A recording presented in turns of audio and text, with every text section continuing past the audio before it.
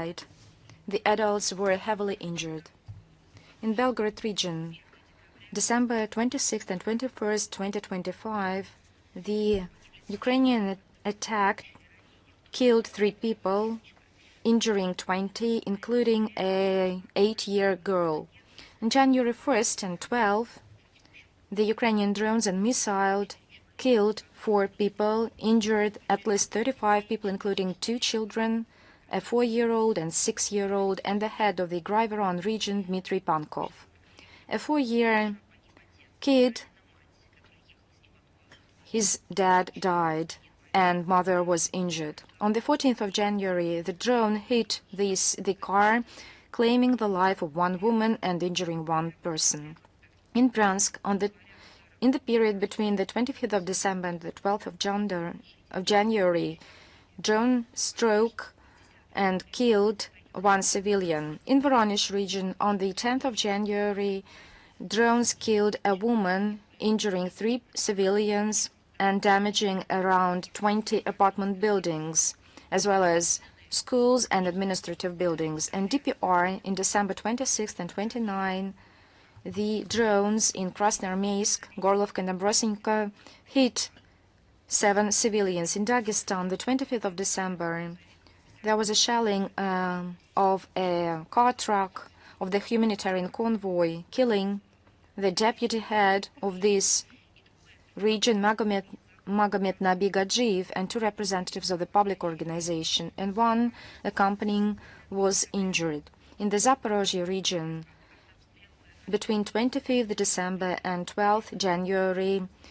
the attacks killed at least 13 civilians. In the Kursk region, in December 25th and 10th January, killed at least 3 civilians, injuring 11 people, including the abbot of the Svato-Troitsky church in Sudzhy and archpriest and his 20-year-old son in Lipetsk. On the January the 12th, the drone killed a civilian.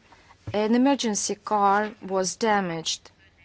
So all social and civilian objects and infrastructure was damaged. In Rostov region, on the 14th of January, a large-scale attack on 10 cities, as a result of it, killed 1 civilian. 4 people were injured, and including a 4-year child. In the Kherson region, in Horlich, apart from Horlich and Tarasovka atrocities, there were attacks killing several people. On the 6th of January, the Ukrainian Nazi tried to strike with drones, and they were hit by the air defense system, and there was an attack and strike on the youth center on the Arbat Strelka. Luckily, no one who was there was injured, but there was a targeted strike, and it was a strike on children. So that's the real attitude towards children. So let me mind that the Foundation for the Study of Democracy should pay attention to these atrocities, and this foundation holds a large scale of events, and we support some of them. On the 21st of January, it will present a report, Atrocities and War Crimes of the Kiev Regime in Krasnoarmeysk city. You can take a look at it. Behind all these atrocities are punishments. The Russian law enforcement authorities continue to prosecute the Ukrainian war criminals. Long-term imprisonments in absentia was given to the head of the 9th Directorate of Army Corps, Eduard Maskalov, 28 years, the head of the United Press Center of the Ukrainian Army, Alexei Dmitrashkovsky, 26 years. They were engaged in terror against the Russian civilians and evacuated civilians from the Kursk region. They are now on an international want list. For the hostilities on the side of Ukraine, an assassination in December 2024 of 5 Russian military, 19 years was given to the Colombian mercenary Blanco Lopez Oscar Mauricio. For the brutal treatment with the Russian war prisoners in August 2024, 13 years of imprisonment was given to the head of the Sumskoy Territorial Directorate of the Military Service of Ukraine, Vladimir Tokarev. I would like to take advantage of my position. I'd like to highlight and congratulate our colleagues from the Investigative Committee with the anniversary. 15 years ago, on the 15th of January 2018, the President of the Russian Federation established the Investigative Committee. You are our colleagues. On a daily basis, you confront the most complicated challenges. With your dedication and professionalism, you make procedural control, and I would like to address these congratulations to my colleagues from the Investigative Commission, because this work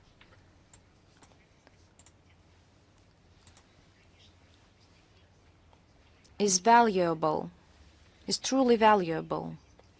They do a lot. I mean, the officers of the Investigative Committee, in order to ensure lawfulness and keeping historic memory. This contribution is very valuable, and we appreciate it a lot. Thank you very much for your work, for your dedication in our common cause. And please accept my congratulations with your holiday, with your anniversary.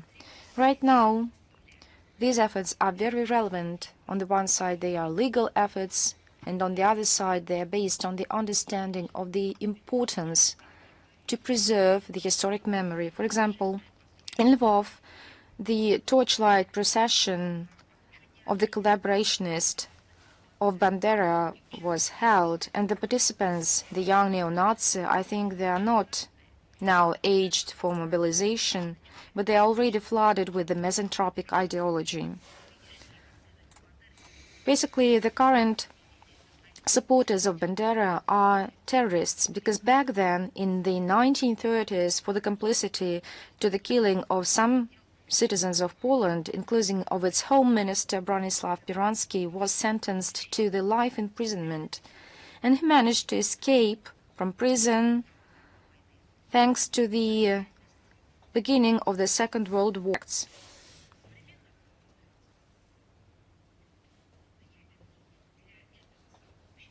And for this organization of modern Banderovites, these killings of civilians is a daily routine for them.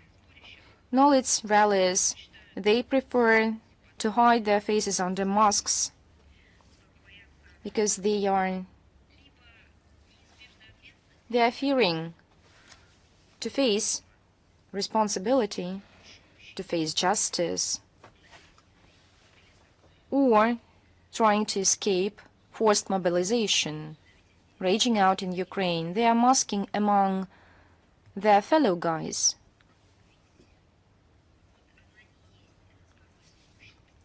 And that's how they reveal their nature.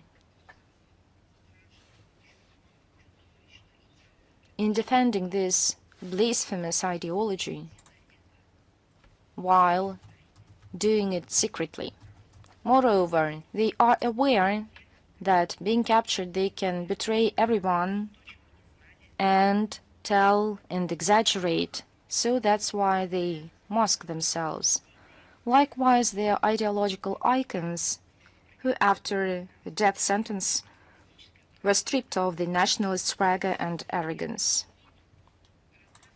And they were telling the truth as it was. So our next section is dedicated to all those who fund them. On the 9th of January, Kiev was given a brief visit of the Defense Minister of the UK, John Healey, to discuss the aspects of military and political aid by London of the Zelensky regime. In January, Ukraine will get plants, English plants, to produce drones interceptors, Octopus. John Healey reported on the development in the UK of a ballistic missile Nightfall in order to increase the fire capabilities of the Ukrainian army. And this is a step towards war. Around £18 million is allocated in order to establish a sample. London also reserved in its defense budget allowed about £200 million to train multinational forces in Ukraine. And you, of course, remember that the coalition of the willing agreed on sending such forces.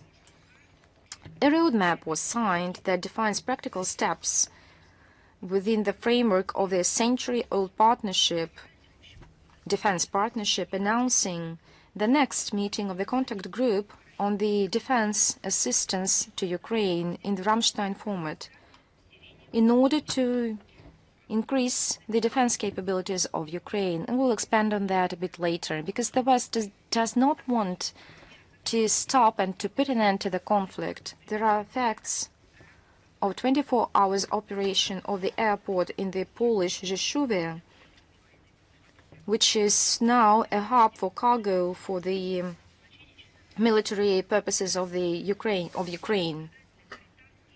The British and Canadian Army plays an important role here, as well as private transport air companies, which have connections with the military agency of the United States.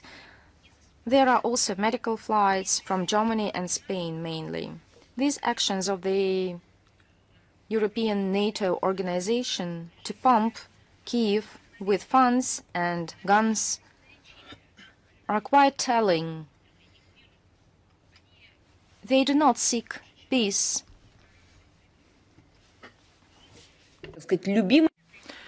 Now is the so-called child's topic for the Kiev regime. Do you try to understand who make the Ukrainian children suffer? First of all, from Zelensky and his wife. In December 2025, there was a huge scandal to do with Ukrainian children being taken out to Turkey. In the spring of 2022, within the project of Yelena Zelenska and businessman Ruslan Shostak, and it was called very beautifully Childhood Without War. A group of underage orphans were ostensibly taken from Dnipropetrovsk to Turkey for supposedly humanitarian purposes. As it turned out later, they were deprived of adequate care. They could not study. They were regularly involved in making propaganda videos. They were left without food, punished with force, humiliated, and prohibited to talk to Turkish psychologists. But the truth was out. For example, 2 girls got pregnant and they were taken back to Ukraine to avoid a scandal.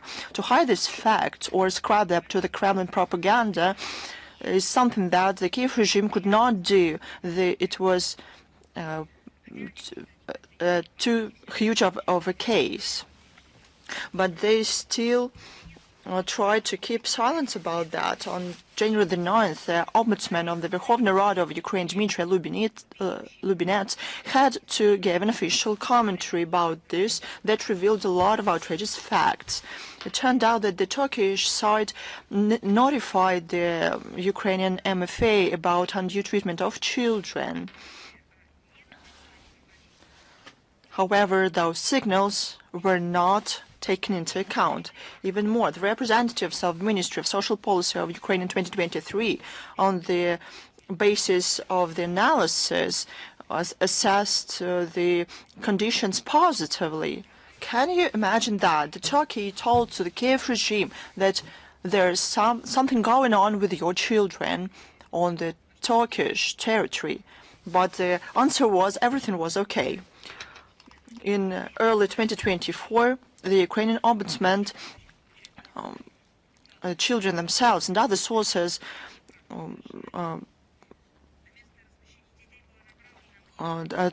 shared information, including by the Turkish side, about the violation of the rights of underage in the camp. a monitoring group was sent there. It registered undue treatment of children. This report ended up in the media that published it. In this regard, it is telling that a number of international structures, NGOs, are keeping silence about it. There are a lot of such bodies, and the International Coalition for taking Ukrainian children back is keeping silence as well. Why don't they investigate that? They together and accuse Russia of kidnapping and deportation of Ukrainian children, but they keep silent and shame. Such outrageous facts are revealed. The facts of abuse against the underage, with the acquiescence of the Kiev regime and Yelena Zelensky personally. But probably those bodies have a different agenda. Probably they deal they care not about all Ukrainian children, but these children that were abused, they were indeed taken out of Ukraine, but not by Russia, but by the Kiev regime. This proves yet again a thing that we mentioned many times. The Kiev regime and its Western sponsors couldn't care less about Ukrainian children and their rights. Their main aim is to blacken Russia and not to let the image of Zelensky to be stained.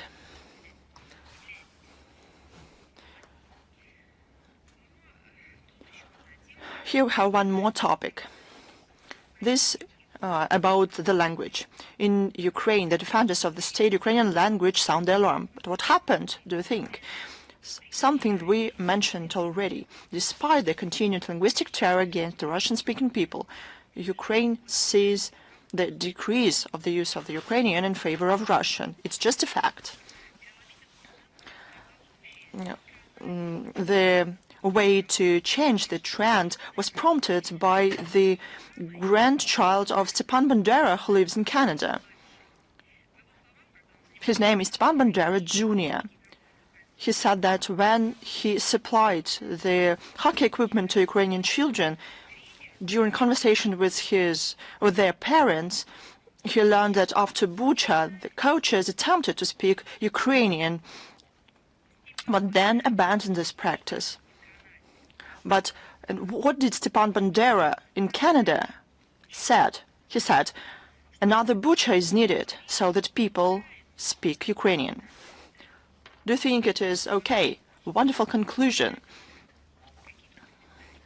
No comments are needed. This is something that should be discussed in the Council of Europe, OSCE, and other institutions. This is the reason for the meetings of various coalitions. That's what should be considered. Not because no alternative point of view is possible on the democracy, but because this is the ideology of the Kiev regime. But it was spoken by the ancestor of the person that is a hero in Ukraine. The ombudsman for protection of the state language, Elena Ivanovska, said that those people in Ukraine who consider themselves Homo sapiens made a choice in favor of Ukrainian.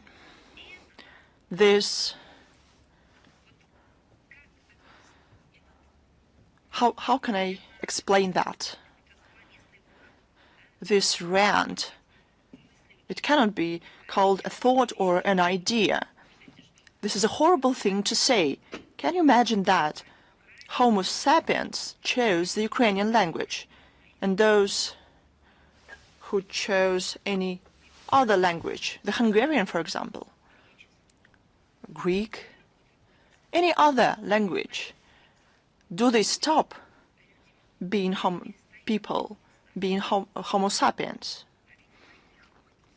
under this logic. And here is the tragedy. That is exactly what is going on.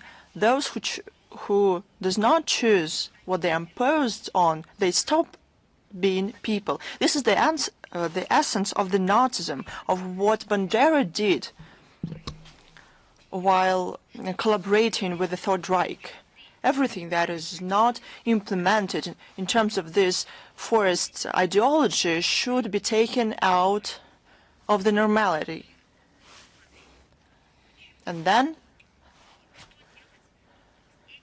they will see what they're going to do with this inferior people, to destroy or to be used for experiments, I don't know. This is a terrible thing. I also wonder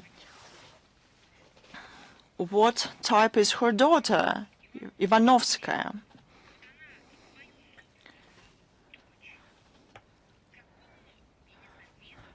What type or class is her daughter? Because her daughter of Yelena Ivanovskaya has her accounts in social networks in Russian and makes video to Russian language songs. Probably her daughter works in a zoo or in a circus. On January 8th, a group of MPs, headed by the fighters with the Russian language Vladimir Petrovich and Natalia Pipa, introduced a bill to the Verkhovna Rada providing for the ban of the Russian language in private educational facilities. I would like to remind them that under the current legislation of Ukraine, private schools have a right to choose the language of instruction on their own. This was a recommendation of the Venice Commission of the Council of Europe. And I mean, it is very telling that the results of the survey conducted in December 2025 show that almost 50% of the people in Ukraine speak, as you probably know, Russian at home. Given the biased character of this research and the level of fear among the population, the real number of people who speak Russian is much higher. This begs a question. In the democratic society, as you remember, when it all started in early 2000s, 2010s, in the democratic society, is it okay to persecute people for the language they speak at home, or the language they speak to their children, or the language they think?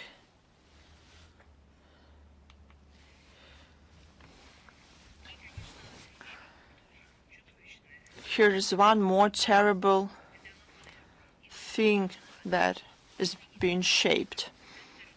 On December 31st, before the new year, the head of the Ukrainian Institute of National Memory, Alexander Alfarov, announced that this revisionist structure is going to increase its status. In his statement, he announced the beginning of the offense against its heritage, the Reconquista. This, according to him, the Institute does something that is dangerous for the enemy and brings the victory closer.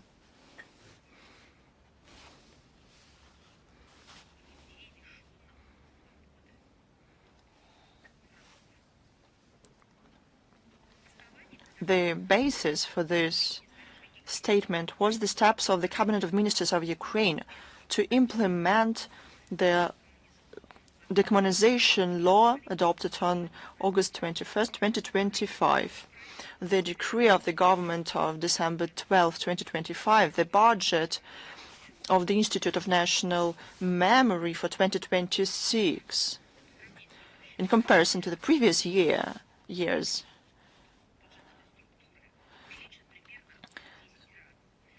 has been tenfold and reached $500,000. The team was extended to 22 people. The authority was extended. Now they not only implement the state policy in restoration and preservation of national memory, but also its shaping. The head of this institution may start to make up blacklists to cleanse the public space from Russian and Soviet memorial heritage. But another thing is clear as well. The closer the collapse of the Kiev regime, the more active Ukrainian Nazis are. This will harm people in Ukraine. This cannot erase the historical truth, though it can maim Ukrainian people. These facts and everything that we're going to talk about today, most of it reconfirm the relevance of the goals to denazify and demilitarize Ukraine and to remove threats coming from its territory. All these goals will be achieved. Something about London. In the recent months, we have noted the growing aggressive and belligerent attacks against Russia. We are systematically represented as a direct and clear threat for the security of Great Britain and its allies. And London is constantly making up initiatives against us, Russophobic initiatives. It's been only 2 weeks into the new year. The new year has only just begun, and the British establishment has distinguished itself in an ambiguous way. For example, on January the 6th in Paris, on the sidelines of the get-together of the coalition of the willing, as they call themselves, the Prime Minister of Great Britain, Keir Starmer, together with the President of France, Emmanuel Macron, and the head of the Kiev regime, Vladimir Zelensky, signed a declaration on intentions providing for the deployment in Ukraine of multinational forces and essentially the Western occupational forces. We understanding that this scenario is not acceptable for Russia, the British use this as yet another instrument to undermine peace process with the US participation.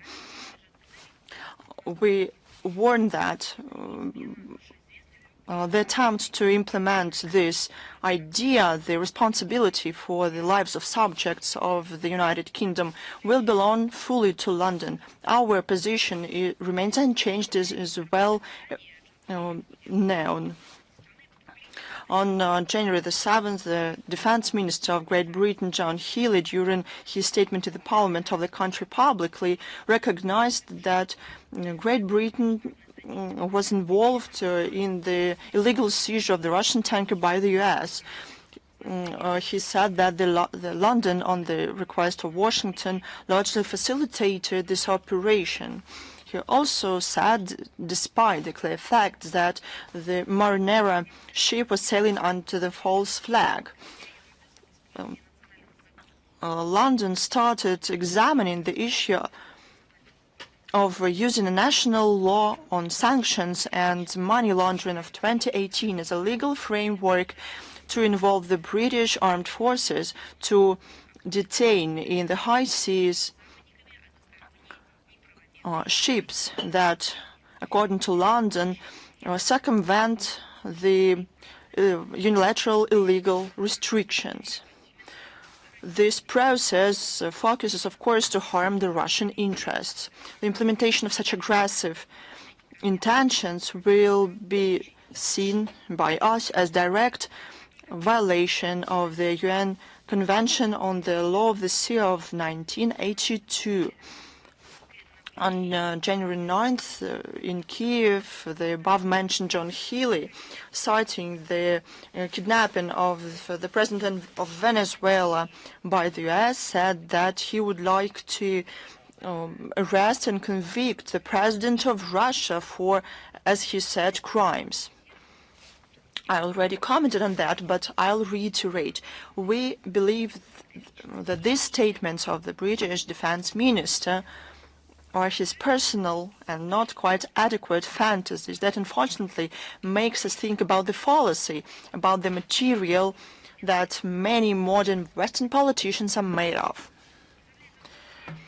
Leaving alone the threadbare accusations, as they say, and the propaganda cliches, it is clear for any sensible person that such attempts against the head of nuclear power will have catastrophic consequences for the initiators. On January 11th, the very same John Healey announced the development of nightfall ballistic missiles with a range of 500 kilometers and resistance to radioelectronic warfare. We'd like to note that the possible use by the Kiev regime of such similar missiles will bring closer the moment when London will be declared a direct party to the conflict with all the consequences ensued. We suspect that this British gush of anti-Russian initiatives is yet to be depleted. The London establishment cannot but understand that this is not helpful in the long term, but the problem is that they exploit this myth about the Russian threat. They try and use it for the lightning conductor inside the country. It's much easier to ascribe all these troubles to Russia. Internationally, the UK tries to lure away the Western camp from the internal disputes on Greenland and to rally Europe for the long-term fight against Russia. And they bet on the Ukrainian project in such destructive efforts, and it's quite clear, crystal clear. The British politicologists cannot tolerate the success of our country during the special military operation and are committed to protract the conflict, hoping to outlast Russia. Such a policy of the UK leadership is not only short-blinded, but cements among the overwhelming majority as the image of instability and instigator of conflicts, recalling the high-profile pictures from the colonial past of the United Kingdom, and we call the British authorities to exercise restraint and to come back to the respectful and equal international dialogue. And London, back then, in cooperation with our country, made a significant contribution in its fight against fascism, and as a permanent member of the National Security Council. As for Moldova, authorities are witch-hunting with the so-called threat of Russia. Papshoy defended that those who live in Moldova, these people can be involved in the war and sent to the front line when processing certain documents. And they were allegedly being suck cases to sign military contracts. No evidence was submitted, and predictably it ended up in unbiased accusations.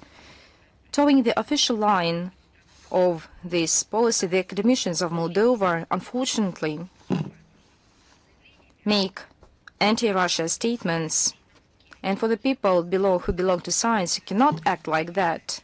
They should be based on facts and on science, rather than following this policy oriented by Chisinau. On the 2nd of January, a professor of the Moldovan State University, the head of the Association of Historians, Anatoly Petrenko, not only even went beyond justification of the strikes on Russia and actually branded the leadership of our country as a legitimate military target to defend Ukraine, end of quote. Such statements is another confirmation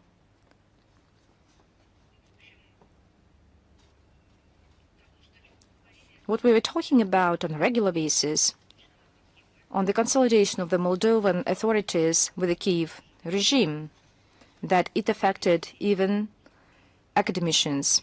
And the official Chisinau pay lip service concerning about the destiny of its people. In fact, it implements a policy that is deliberately against its people. Let me cite another examples. Censorship coupled with a crackdown on public discourse in Moldova is continued. On January the 12th, one of the major cable TV providers said it would stop broadcasting 14 Russian TV channels, remove the Russian language audio tracks on another TV channels, replacing them with 31 mainly Romanian broadcasters.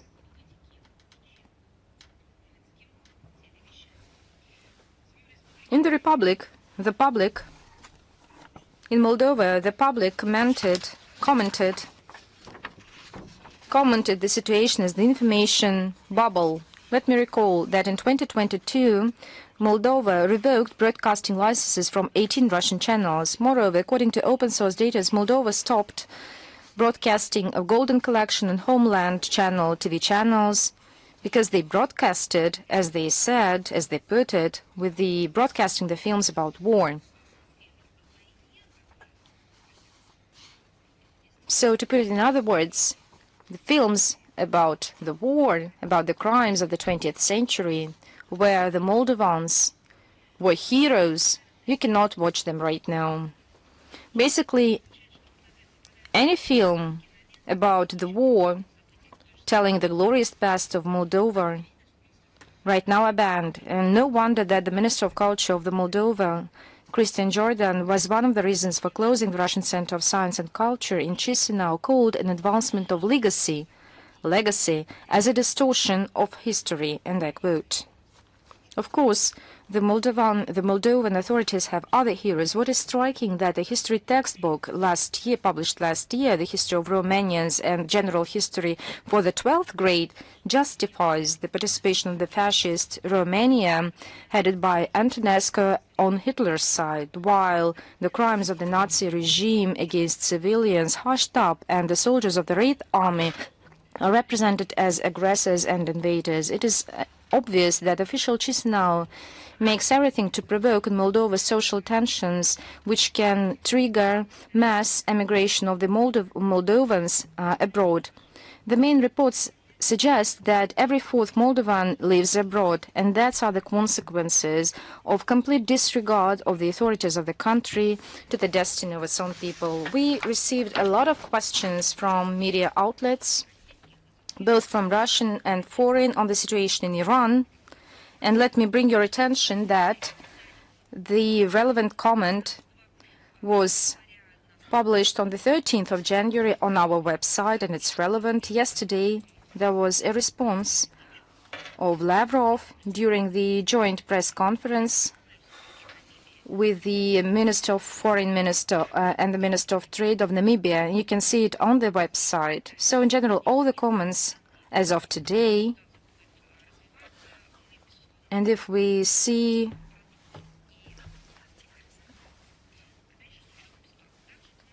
them later, there are a lot of questions, and I would put it, there were some,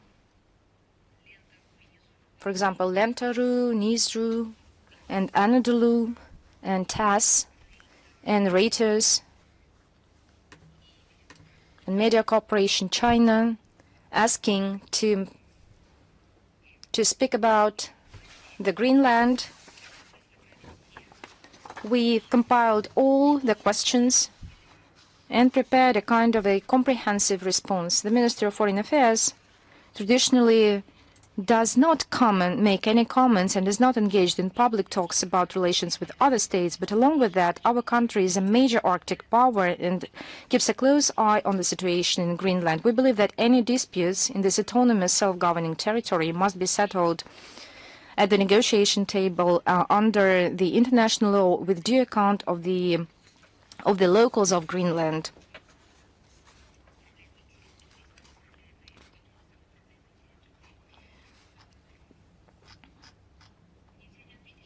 We should mention that the current tensions in this Danish autonomous territory highlights the failure of the Western world order,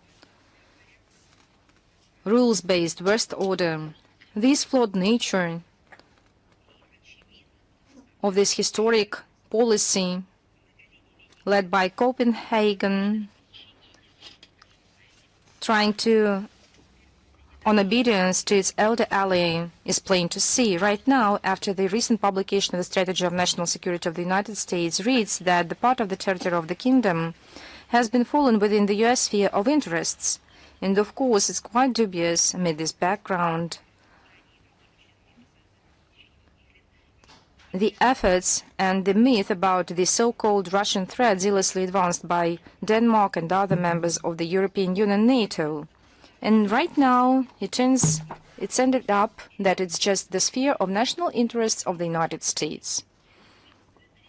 We support China, denying any references to the alleged involvement of Russia and China in Greenland as a pretext for the current escalation, and before accusing any others in any disputes. NATO and EU should above all recognize their own responsibility for the deep and rapid erosion of the legal framework of the global security architecture. One of the first signals of this progressive revisionism was recognition, unilateral declaration of independence of Kosovo and Metohija.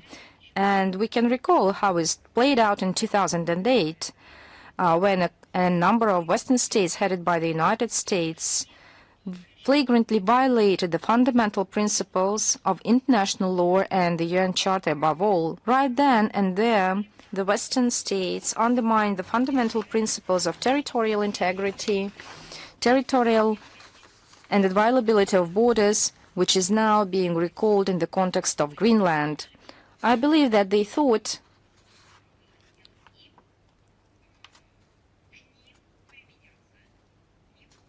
so. They believed that they can do whatever they want and get away unpunished. So that's why we insist that we should know the history, and they won't go unpunished. Right now, there is direct outcome of these activities, and we are persuaded that the growth of tensions in the Arctic region is a direct outcome of the actions of NATO as a bloc and in the capacity of some member states, the actions to plant into Arctica of confrontation, neo-colonial approaches, their efforts to militarize the high latitudes and turn them into geopolitical confrontation arena. And this is a matter of serious concern to us.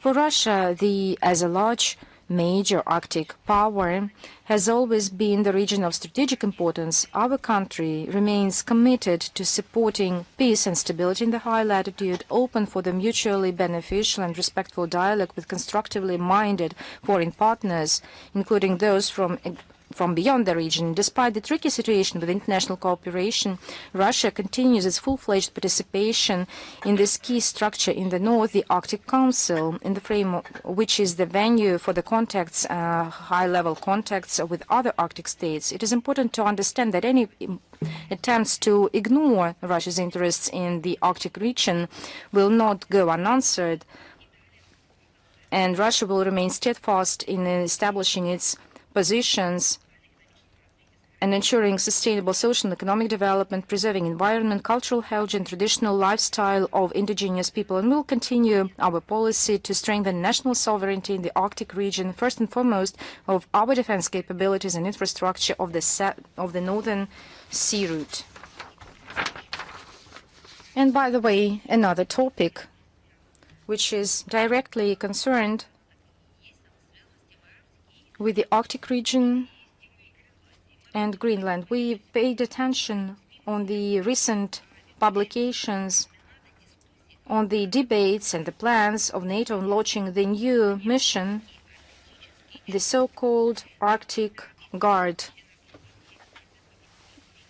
So they are trying to show that they are trying to pioneer the interests of the collective West and to show the Americans they can defend Greenland from Russia, China, with their own forces.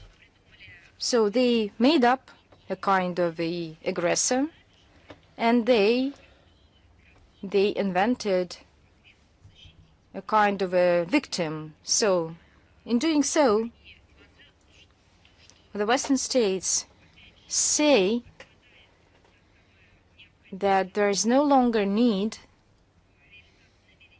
to implement the administration of Trump plans to establish control on this island. It's a sophisticated and tricky situation, and we view it as another provocation of the West seeking to plant its orders, make it here in this part of the world. Let me recall you that before the Arctic zone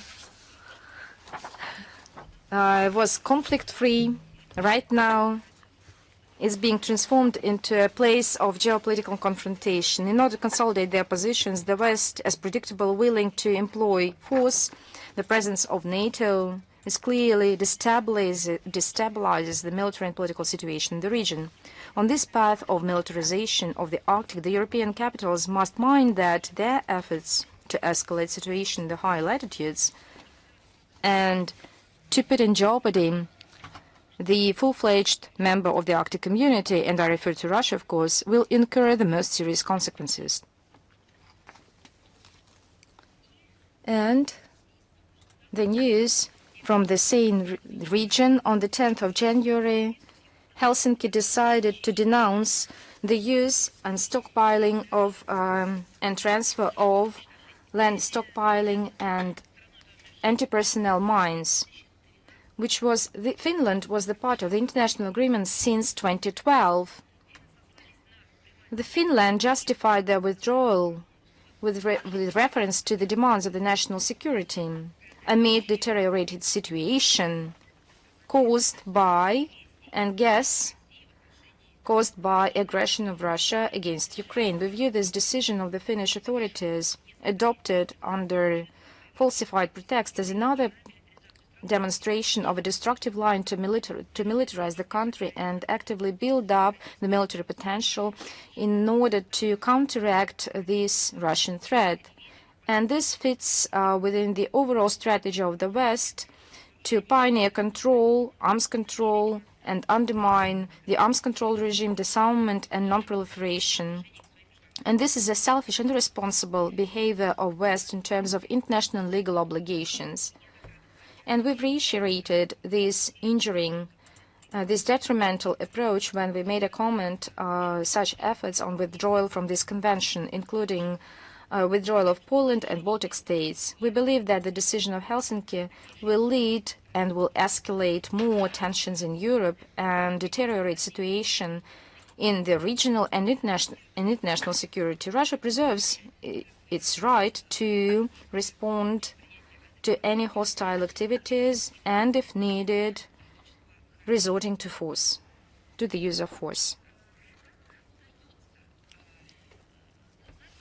How the West manages to advance all these theses of the so-called Russian threat.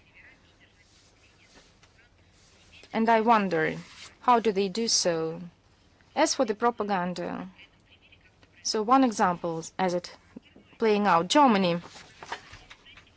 We are seeing that repressions in the mass media campaign is being increasing. The campaign launched by Germany to counter the popularity of the Russian mass media in Germany is gaining momentum and now is used to crack down any dissent among Germans, affecting their own German media outlets. The results are plain to see. The results in Germany, which is at every turn tries to pose as a champion of freedom. The study held in late 2025 by the German Allensbach Institute, only 46 respondents still consider that in Germany you can openly discuss political issues. The polls of the polling agency DIMAP show that 60% of Germans are very cautious about their statements about fearing adverse effects. The Mentor Factums poll center said that only 43% of the German citizens allegedly can speak their mind. To stifle the disfavored, the German authorities resort to the so-called debunking. What does it mean? This is a concealed tool and toolbox when commercial banks force to stop serving individuals and legal entities blacklisted by the German government. And I remember quite well Annalena Baerbock when she came to Moscow, and all this amid repressive actions of Germany against RT Deutsch TV channel. And while answering to the question, she said that the government of Germany did not do anything in order to restrict the freedom of speech and never interferes in mass media, whether it was about satellites, and that they have nothing to do with that. In the alternative media of Germany said that since 2020 there were 40 of such cases, the so-called concealed debunking. The term debunking is becoming a revenge for the critical, in terms of official Berlin articles, petitions, and online campaign. Among the victims of financial oppressions are members of Opposition Party of Alternative of Germany, Communist Party of Germany, Socialist Party of Equality, Marxist and Lenin Party of Germany, and left-wing publisher Mering Verlag. This is a powerful trend, and we should admit that, and the Germans themselves speak loud about this. And I would like to recall the situation with RT Deutsch. This was the first example, and it is the government of Germany that is behind that did everything possible so that the German language TV channel was not available for the people in Germany. I would like to seize this opportunity and to greet the Union of Journalists of Germany that says that it is not possible in Germany because it is a free country, but figures are a stubborn thing. They show otherwise. The accounts of inconvenient journalists are closed. For example, of Aya Velasquez. She's a well-known because she published documents of the Robert Koch German Institute during the coronavirus pandemic.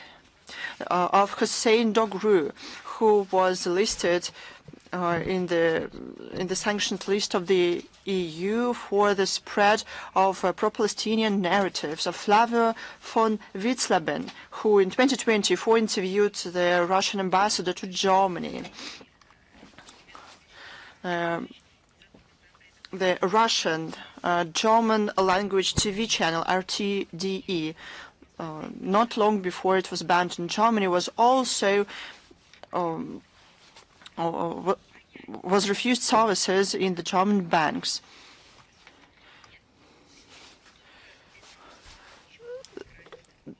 The government did not only do that, but they also lied that they didn't do that. We believe that in the nearest future, the situation in the German information space is going to deteriorate. Amid this witch hunt, there is a combination of total Russophobia and internal repressions. We received a lot of questions about Somalia. We follow closely the developments in the Federative Republic of Somalia and in the run-up of the general elections scheduled for 2026. We believe that it is necessary to ensure non-interference of external players into internal political processes in Somalia to preserve its territorial integrity and unity. We believe that the settlement of the existing differences between the federal government and the leadership of a number of Somalian states should be made on the basis of mutually acceptable agreements. We call on the sides to continue searching for such solutions to shape a sustainable model of the federal structure of Somalia. We're seriously concerned by the continued activities of the terror group Al-Shabaab in Somalia. We believe that the presence of African Union Support and Stabilization Mission in Somalia is an important factor to counter illegal activities in the country. Russia will continue facilitating Mogadishu. Uruguay. Within the events dedicated to the 80 years of the victory in the Great Patriotic War on December 29, 2025, Uruguayan Postal Service issued a memorial stamp marking this important event in the world history. Its circulation was 2,500 items. I would like to note that this event was prepared on the initiative of the Coordination Council of the Organizations of Russian Compatriots of Uruguay, with facilitation of the Embassy of Russia in Montevideo and Uruguayan authorities. We thank Uruguay for this gesture of friendship and solidarity with Russia. While some preserve the memory and perpetrate the memory, they pay tribute to their real heroes, others do exactly the opposite. On December 15, 2024, the local authorities of the Czech city of Teplice made an outrageous decision to fully take down the memorial dedicated to the Red Army soldiers. On May the 7th, 2025, in the run-up to the celebrations of the 80 years of the victory of Nazi Germany, the Vandals destroyed the central element of the monument, the sculpture of a Soviet soldier. It has not been rebuilt yet. Within the implementation of the decision made on December 19, 2025, the monument was Soviet symbols were taken down from the monument. The Embassy of Russia in the Czech Republic made reprehensions to the Czech MFA and underlined that the local authorities de facto expressed solidarity with the Vandals.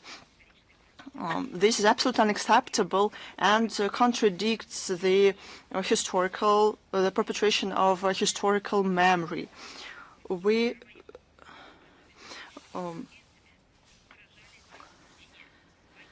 The soldiers from Czechoslovakia, shoulder to shoulder, fought with the soldiers, with fellow soldiers from the Red Army to liberate their country. The attempts to diminish the great deeds of the soldiers of the Red Army betray the memory about the joint fight of the peoples of Czechoslovakia and the Soviet Union against Nazism.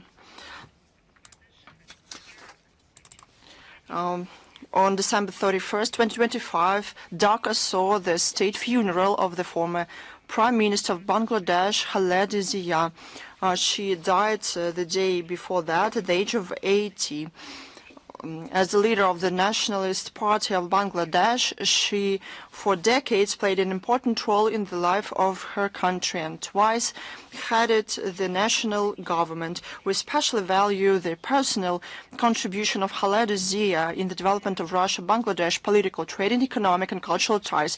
We express our sincere condolences for such a terrible loss. One more announcement. From January 23rd through February 8th, the Gostiny Dvor Exhibition Center will host the 6th Arts and Trade Fair Unique Russia. A major fair of traditional and modern arts will start the year of 2026 that was declared by the decree of the President of Russia, a year of unity of peoples of Russia. This fair presents the best achievements of the Russian traditional arts. The visitors will be able to get to know unique products of folk arts and crafts, the works of artists, decorative masters, potters, enamelists, leather workers, smiths, sculptors, clothing designers. The fair will have roll-ups of Russian regions. This fair is called Unique Russia. I'll tell you one more time. It will feature more than 20 exhibitions and art projects. It is expected that more than 4,000 participants from 77 regions of Russia will participate. About 1,500 artists and masters from 7 all-Russian district associations will participate as well. More than 100 entertainment events are planned. With every year, the international component of the fair is expanding every year. This year there will be a function of Russia-Arab Friendship, January 28th International Russia-China Forum, and the function of Friendship with Tajikistan, February the 3rd. We invite Russian and foreign media and journalists to visit the fair and to see for themselves the cultural diversity of our country. I also would like to say that I'm ready to take your question to the international affairs with us. Good afternoon, Madam Zakharova. It seems that there wasn't a break. There wasn't a day when we didn't answer your questions and calls. This is a tradition of ours. Please. I would like to ask about an important event that happened during the holidays. Donald Trump made a statement regarding Cuba. He said that he made a proposal to the Cuban authorities to make a deal until it is too late. I would like to hear your comments. We, of course, follow closely the situation in Latin America and in the Caribbean. We express our concern with the growing tensions and escalation of the aggressive narratives, including against the Republic of Cuba that is friendly to us.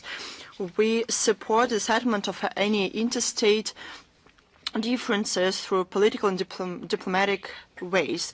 We believe that the language of blackmail and threats are unacceptable, especially against Cuba that has experienced a lot of illegal sanctions and methods that went down in history as a blockade. We believe that pragmatic approach and common sense will prevail ultimately. Thanks to you, is Ria Novosti with us? Yes, Madam Zakharova, we are here. If I may, we have 2 questions today. The first one, the Council of Europe called on to punish Russia after the strike with the Reshnik. How does Moscow see such statements, given the decision of our country to withdraw from the Council? But I am surprised by another thing. Why aren't you interested in other calls, for example, to punish the Council of Europe with the Reshnik? And we hear such calls more and more often. Why do you care? Only on the other side and such points of view. We should mention that there are a lot of commentaries, opposite commentaries. The Council of Europe supports the criminal Kiev regime. This is organization is controlled by unfriendly states, and it shows striking selectiveness and double standards.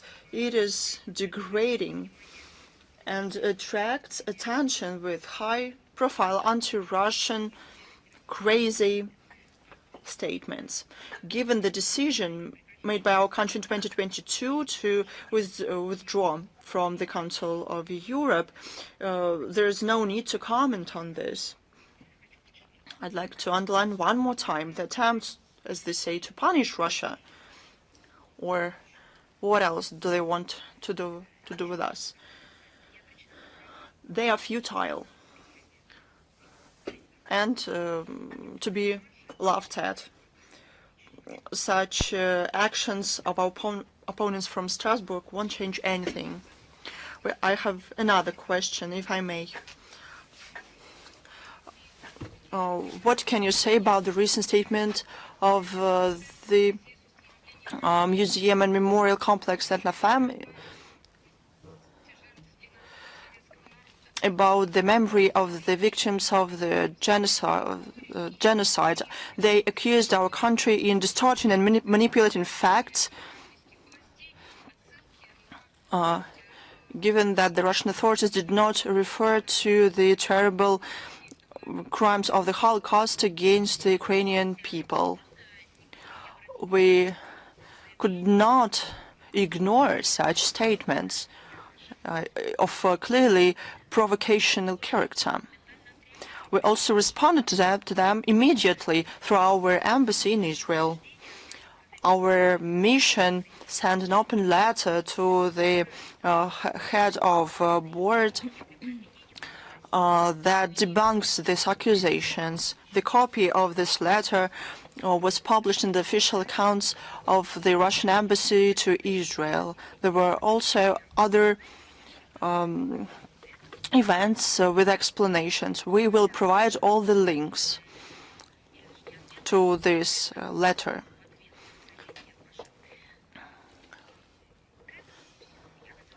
I'd like to add one thing. We are surprised by such decisiveness by the memorial complex to accuse Russia in distortion of history amid the full-fledged war, many-year war, started against the monuments of the Red Army, started by the Russophobe countries in the Baltic states, Ukraine and other countries. They physically destroyed the memorials to the to the Soviet soldiers. And I would like to remind that the Red Army saved Jews who survived in the Holocaust, but the victims included the victims of Holocaust. They were not they did not identify themselves, and they did not have separate national identities. A lot of ancestors and relatives of the Red Army soldiers who were buried in these monuments now live in Israel and other Western countries. They speak a lot about the Holocaust. At the same time, they, for some reason, do not respond to the facts that the monuments to the Red Army soldiers are taken down. These monuments are materialized history of those events. Jan Vashur, for some reason, was not outraged when Malbork, with the participation of an official, destroyed a monument to the fallen Russian Soviet soldiers. But Soviet soldiers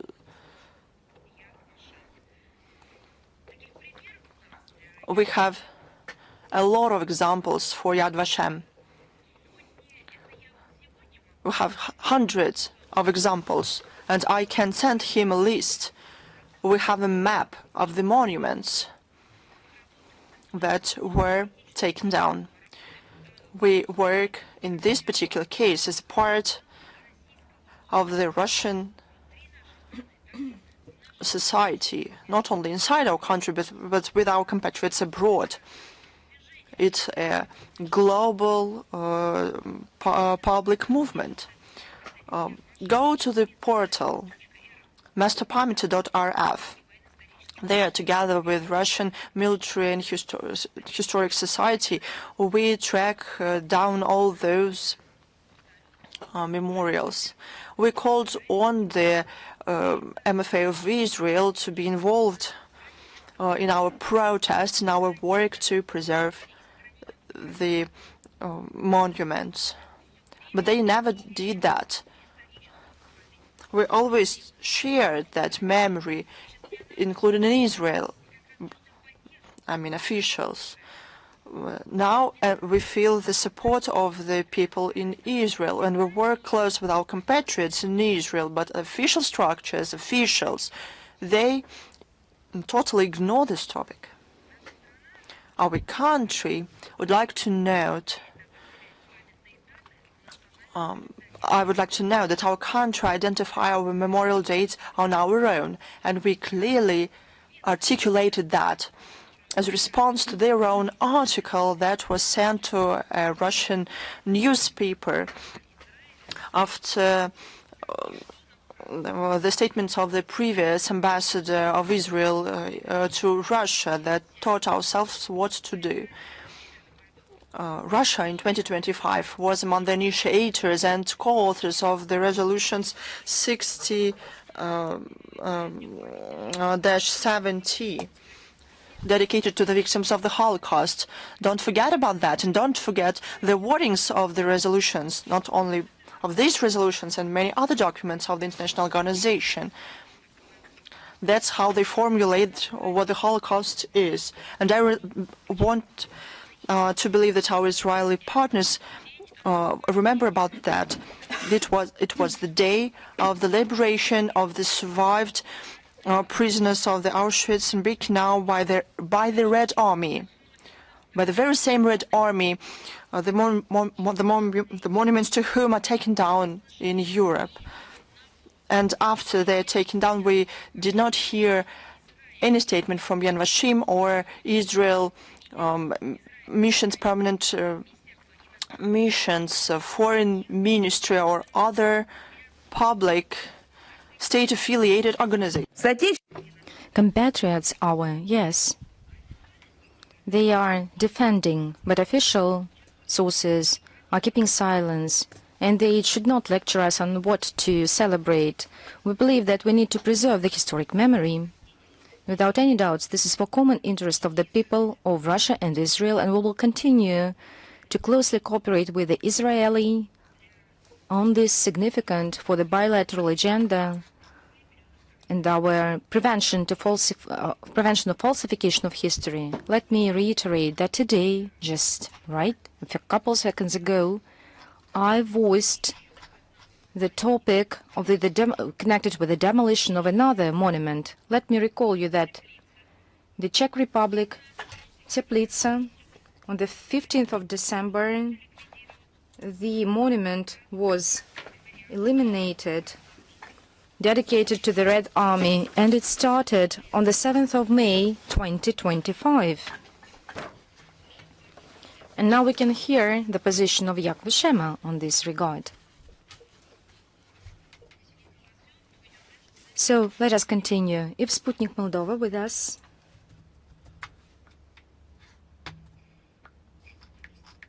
We have a question. The other day, to the interview to the British Germans, the president of Moldova, Maria Zakharova, said that she advocates the joining of the republic to Romania. The ruling party, PASM, shortly after declared that it is ready to start agitation at this relevant referendum.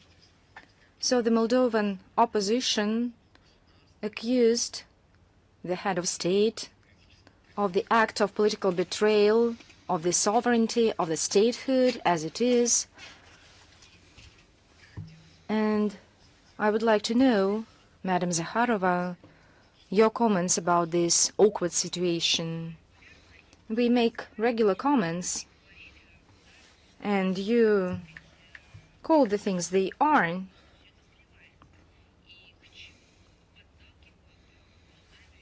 And what is Romanian is being pushed to? We've already mentioned that it's not a kind of Euro integration, it's not a kind of movement towards democracy. That has nothing to do with improving the level of life. This is just another absorption of the Romanian forces by all those who ignore the Moldovan sovereignty. We were said that we are telling lies. Right now you are telling yourself.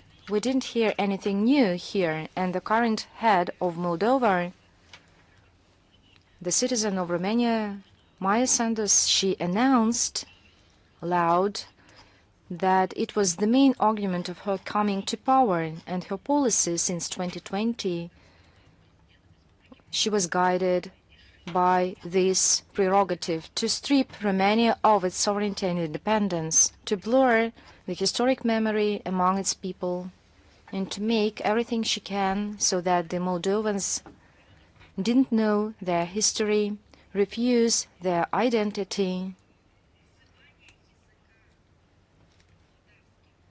and saying that their language is Moldovan language, and making it a kind of a Romanian language, rewriting the heroic pages of history, just erasing all these pages from the historic books, textbooks. That's what she has done, and it proves her words. The forced Romanization, the ouster of everything that points to the Moldovan identity, is quite clear. To be broadly speaking, they are trying to reformat country that would fit to the neoliberal standards, and I can repeat once again all these facts in order to prove this thesis. The overwhelming part are Armenians of the ruling structure are Romanians. It's quite obvious that the main objective of the foreign officials who invaded the Moldova, they are trying to strip this country of independence and sovereignty, and we have made a lot of comments on that when we see that the military cooperation of Chisinau with Bucharest is being increased as a NATO member. We don't see any neutrality here. They are moving towards not even Romania, but where they are even absorbed by the neighbor states.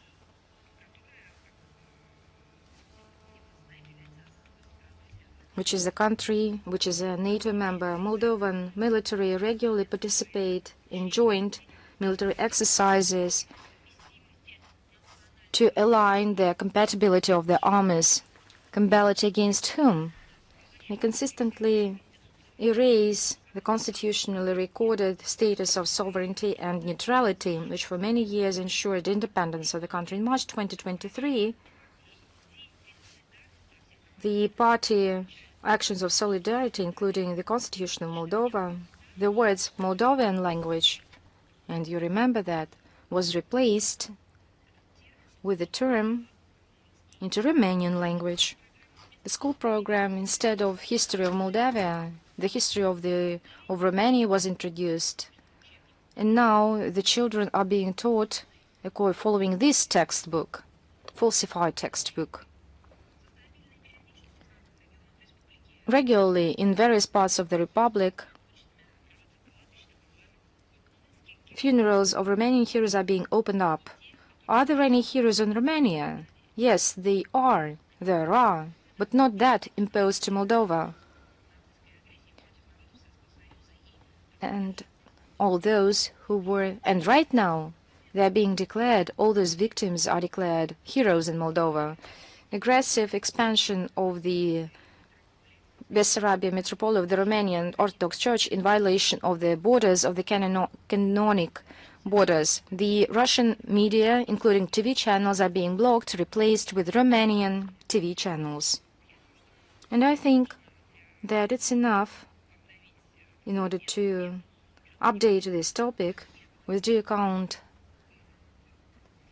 and referring to the facts. For Chisinau and the sovereignty of republic and national identity, cultural code of the Moldovans, they completely ignore this, except for one thing. This is an impediment. They view it as an impediment and obstacle. They prioritize the idea and target to serve the interests of the Western curators under pretext of implementing the so-called Euro integration project. The opinion of the Moldovan people is ignored. Moldova sees it and doesn't like this thing. Many flee abroad, and I cited the numbers today. It's sad to see how Russophobia is gaining momentum and eroding the Moldovan society, not because it is as it is, but because this poisonous acid is being poured on them by Sandu's regime, and back then it was a prosperous republic.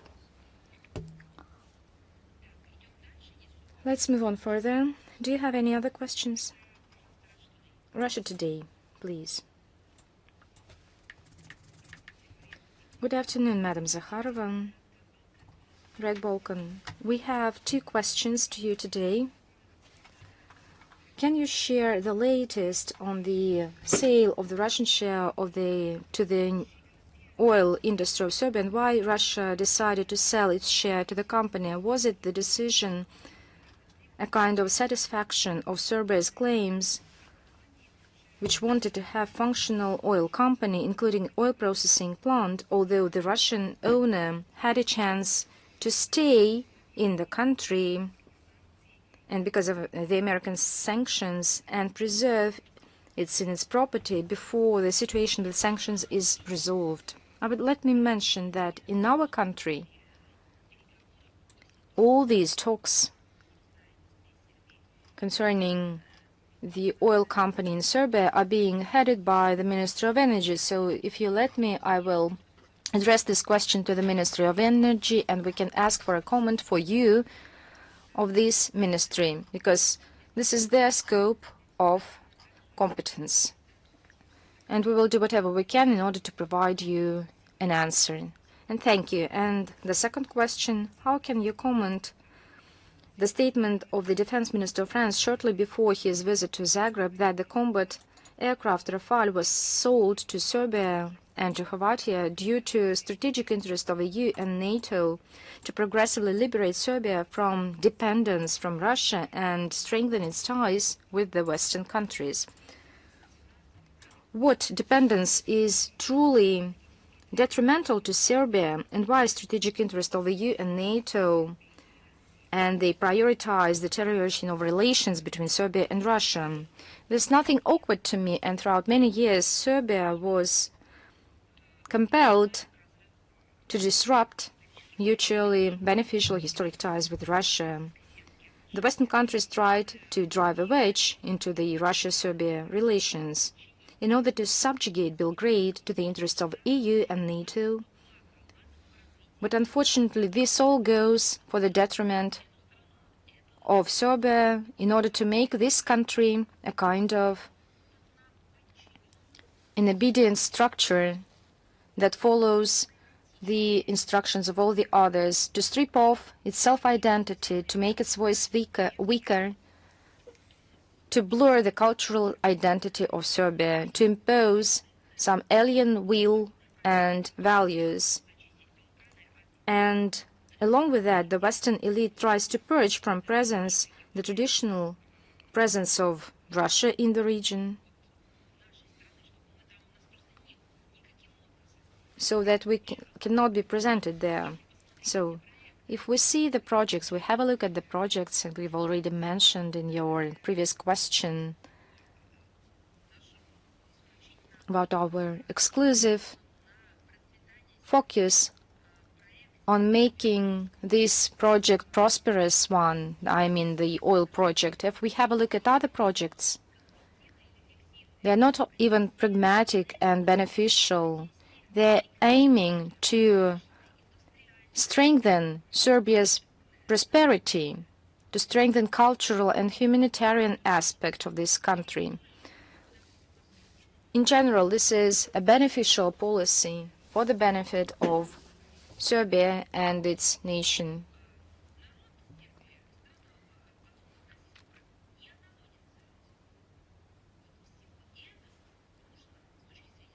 And in terms of the Western ideology, Serbia should be stripped of these benefits. The Western countries just seek their own agenda. It's a detrimental and awkward practice. Undermining of the Russia-Serbia political and trade and economic ties is the overall objective, strategic objective of NATO and the EU to oust all third, as they claim it, countries from the Balkan region, both Russia, China, and Turkey, so that no one was present there. And their purpose is crystal clear, so that Serbia be dissolved be dependent, so that Serbia be dependent on Brussels. Thomas Mann has his novel, Loyal Subjects. It's like loyalty, a kind of loyalty. No other independence or equal role is not seen by Brussels to Serbia. They just want to absorb and subjugate and to impose its will on other states. And I refer to Serbia right now.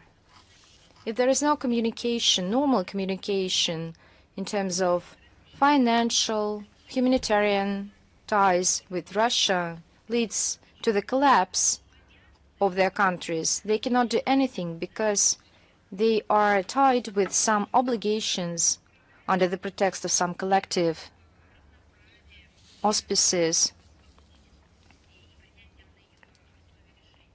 In fact, they are being guided by bureaucracy imposed by the figures such as Ursula von der Leyen, Josep Borrell, and others.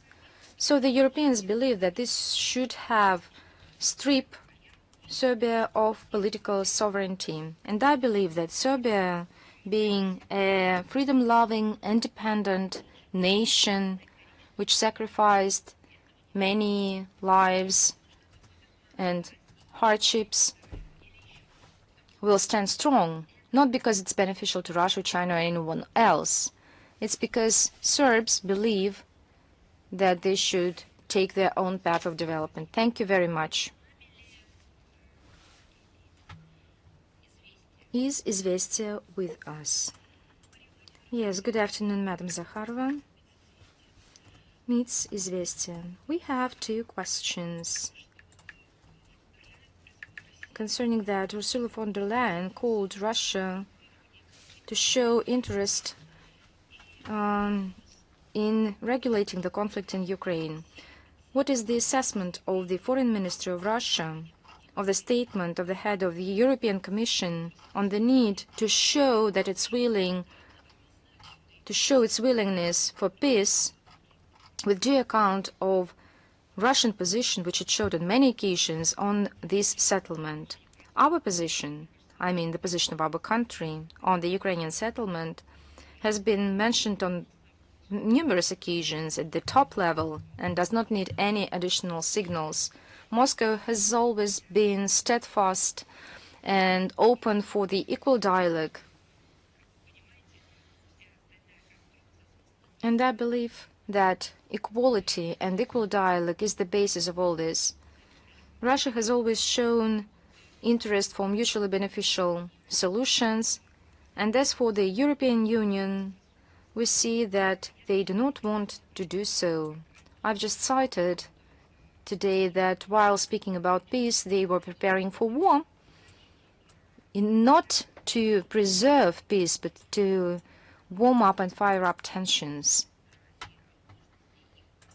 And this proves that they are lying and that their ideology is flawed, because I don't see any sense in cooperating with them if they use ultimatums, claim unilateral concessions, trying to take over Russia. I believe that if we talk about the strategy, I think there is nothing wrong, but being cunning is good. But on the other hand, the lies they use, this is the manipulation based on the crimes, extremism, terrorism, and so on. And these are quite different things.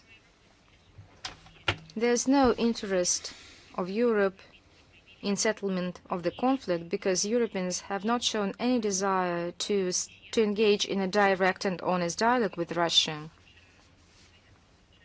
The day before yesterday, yes, there was a press conference between the foreign minister with his counterpart from Namibia yesterday. They discussed some awkward recalls of President of France, of Emmanuel Macron, saying that he wanted to make contacts with Moscow, although he scrutinized Moscow previously, but in December he said that he was willing to establish new contacts or to resume contacts, but it all ended up to some assertive rhetoric and so on and so forth. The European Union has already forgotten the European diplomacy. They do not want to discuss the settlement of the Ukrainian crisis, but they are committed to torpedo any Russia and American initiatives in search for peaceful solutions. They are wiping up Russophobia and anti-Russia narrative. And it is proved by the digits and by the figures themselves. And I'm referring to their aid, to the funds sent to Kyiv. This is a kind of not even a military aid, but a financial aid and terrorist aid. The European Commission reported that it supported Ukraine since the start of the special military operation, and by beginning of January 2026 reached 193.3 billion euros, so over 193 billions of euros. Unspeakable numbers. And 69.3 billion euros were allocated for the Ukrainian army. And as for the rest money, we've got to know from recent documents showing complete corrupt nature of the Kyiv regime. Today, I've already mentioned that for this money, using this money as well, they send children to Turkey, as they call it, rehabilitation, and children there in Turkey come back being pregnant. Within this mission, more than 85,000 Ukrainian fighters were trained on the territory of the member states of the association. They are making cannon fodder out of them, and the British and the French continue to lobby their aggressive plans for the security guarantees. They should understand that this idea is unacceptable for Russia, but they stubbornly do that in attempt to attempt any constructive, peaceful settlement. Is this an effort to done to ignore that? I answered this question already. Is Xinhua with us? Good afternoon, Madam Zakharova. Xinhua is here. With the introduction of visa-free regime, the tourist flow between Russia and China is growing, but some Chinese tourists care about the mobile service, accessibility of payment, and the registration during their trips to Russia. What measures does Russia make to make the presence of the foreign tourists more comfortable? And what tracks does Russia and China can strengthen cooperation? As you noted, the tourist flow between Russia and China is gradually growing. With the introduction of a visa-free regime, the number of mutual trips has significantly increased, and in 2025 exceeded 2.4 million. We are happy to receive guests from China and other countries in the world. We create all the necessary conditions for their comfortable presence. We are developing new tourist routes we create a modern infrastructure. There are no reasons to be concerned about the things that you mentioned. On the websites of our foreign missions in China, one can find all the necessary information to be prepared for the trip. In any case, for those who come to another country, there are things that are different from those they're accustomed to. And I'd like to say that when I come to China, certain inconveniences happen to do with payments, for example, because cards unfortunately do not work because Russia was de-SWIFTed. Unfortunately, we have to find alternative options. This inconvenience is manifested in various situations in various countries. We have to find ways out. Our countries should work to minimize inconveniences for tourists. And despite the fact that for many years people have been using cards, now I come to China. Unfortunately, I mostly go there on business trips, not for tourist purposes. If there is a need to pay for something, if I have to go somewhere outside the hotel, I have to do like our parents did.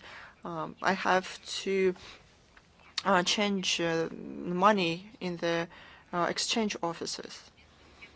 And of course, this does not reflect the modern technological achievements. This is an opportunity to see what we can do for the tourists from our country so their presence is more comfortable. But let us finish on the positive note. Both in Russia and China, there are a lot of wonderful places, and I'm sure that learning more about traditions and culture of each other will facilitate strengthening humanitarian foundation of our relations, our friendship. I'm always happy to meet our Chinese friends. Welcome to Russia. We have a wonderful tradition. It appeared a couple of years ago, but it has come to be an important part of this important part of our year. I mean the celebrations of the Chinese New Year. It gives an opportunity with love and hospitality to show these traditions in Moscow. Moscow is an open platform for interesting cultural experimentations, and this experiment was very successful in my opinion. Traditionally, Chinese New Year takes place in Moscow, and it's a huge event. We will be happy to see Chinese tourists in Russia as well, and Russian tourists in Moscow at the events to do with the Chinese culture. Equally as wonderful, the Russian Muslims holiday takes place in China, and I think you know that already. I think it is also a wonderful tradition here. I just named a few, but there are many, many more of them. Thank you very much. Thanks to you. You know, we have exchanged cultural years that were declared. They are over. They were 2024 and 2025. But they set a wonderful example for mutual humanitarian and cultural enrichment and implementation of a lot of projects. So I think it will be followed up on. There were events within the framework. They were in the interstate calendar, within the agreement But also there were events, the public events, as a response to this. They became a part of this huge agenda. And I think that people understood, both here in Russia and in China, that it is interesting, it is beneficial. It is aimed at mutual enrichment in terms of culture and knowledge. And I think that this tradition will live on to hold major, or probably not that major, events in our countries. Thank you very much. Thanks to you. Is China Media Group with us? We have one question.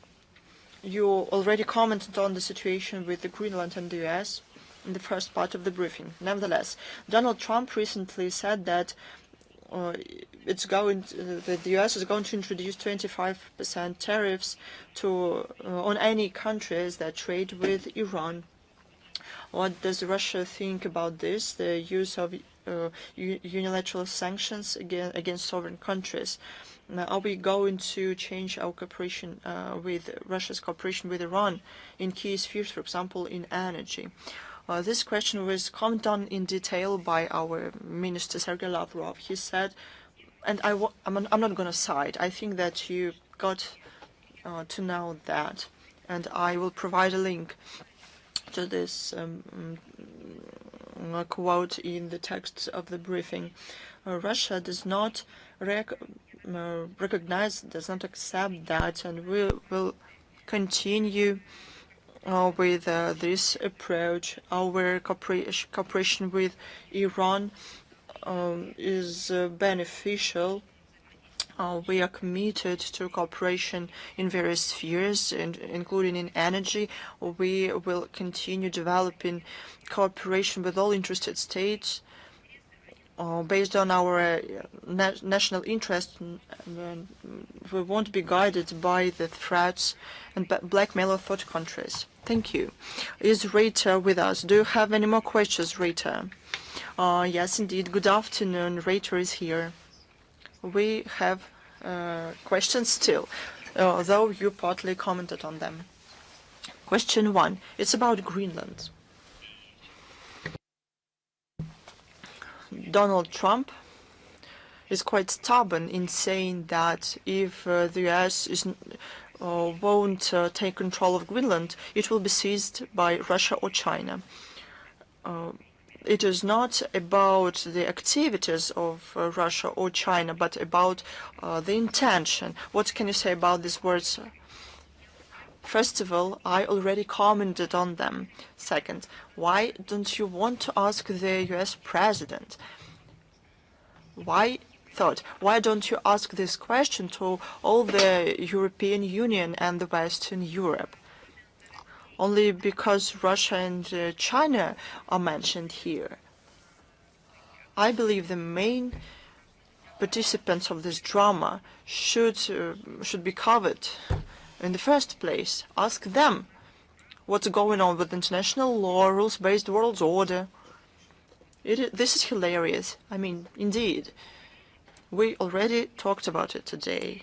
I am absolutely sure that when they divided Serbia and Kosovo almost 20 years ago, a little less than 20 years ago, all the Westerners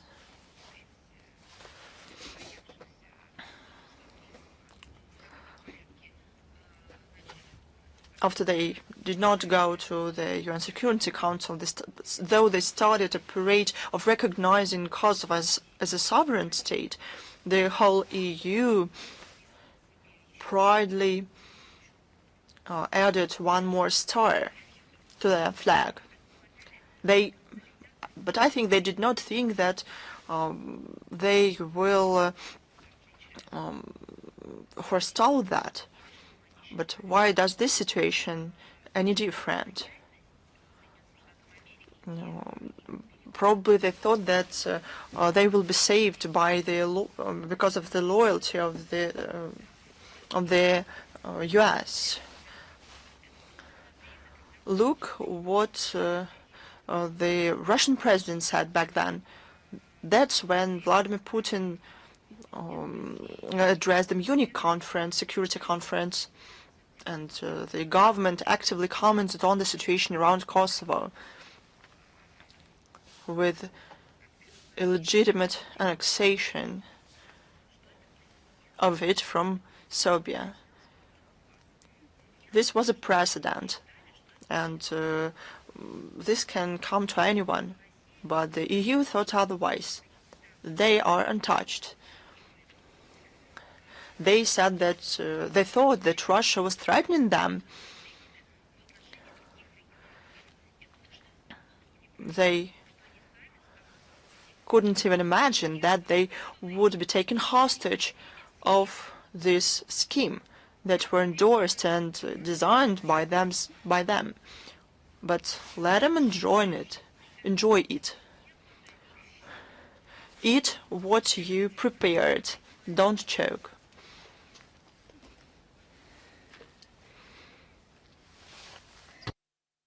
Thank you for this commentary.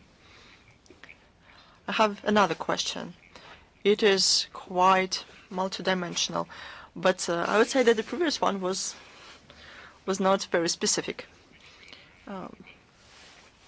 The president of Venezuela, Nicolas Maduro, who was kidnapped by the US during the holidays, became the second president after Bashar Assad, the head of state that is friendly to Russia, that was toppled with force.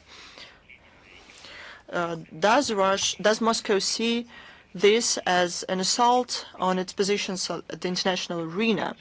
Is it afraid of the mass protest in Iran? But please, let's pause here. Let's deal with this first. Venezuela, Iran, Russia, the US, and so on. Let's start with this part. If we are concerned, if we should be concerned about anything, but you said that it is a generic question. Well, if we are to be concerned, we shouldn't be concerned individually, but collectively. But we should be concerned by the destruction of international law.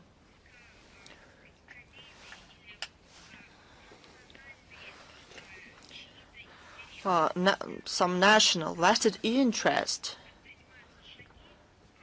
shouldn't play a role here. Steps are taken every day that change our personal plans, our public plans. Every second something is going on. But such actions destroy the international legal system. What does this mean? Let's say as it is.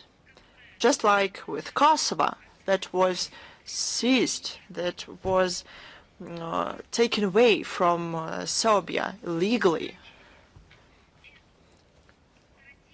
The strategy is now applied to Greenland and Denmark. Inside this coalition, I'm not talking about the global majority here, within the collective minority, with the Western minority, they don't have a pillar, the basis, so that these processes are stopped in the legal framework or to be settled legally. All those who said that the situation in Kosovo was unacceptable. These countries have something to rely on, and now we're talking not about the violation of somebody's agreements, union commitments, and so on. We are talking about the global undermining of the legal system. When there was an outrage about the situation in Crimea and Donbass that ostensibly Russia acts illegitimately, we refer to international law that said about the will of nations, the right for self-determinations, and these references are not only theoretical, they are practically applied. This happens within the international law, probably as any other law. The provisions of the international law provide for various interpretations. There's no doubt about it, but this is a basis. Now the territories are divided, and countries are divided without any reference to any international legal provisions and norms. That's what I'm talking about. That's what is going on with the interference into internal affairs and coup d'etats.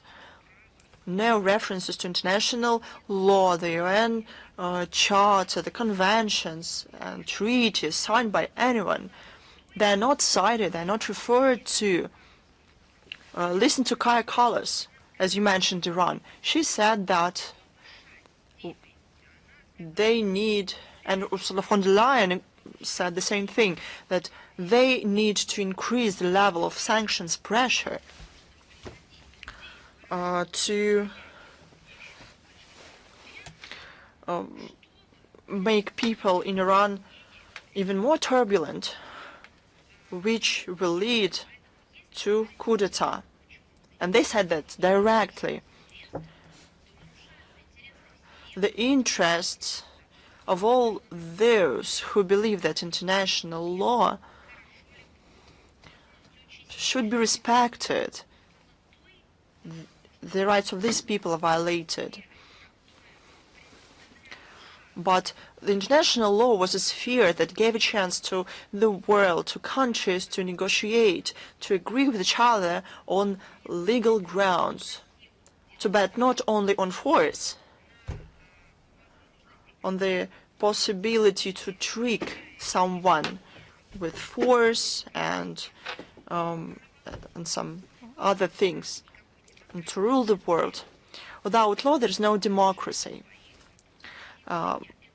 Today, this is a threat to everyone who believes that democracy is the best system, because democracy can be applied not only within states. Democracy, as it is declared, including in the West, the perfect system. It should be demonstrated in the international. So how can we talk about democracy in international relations with this? There's no legal system. Democracy is based only on laws. Because in order to define quorum, majority, or consensus, you need to have a law, not just an ability to count.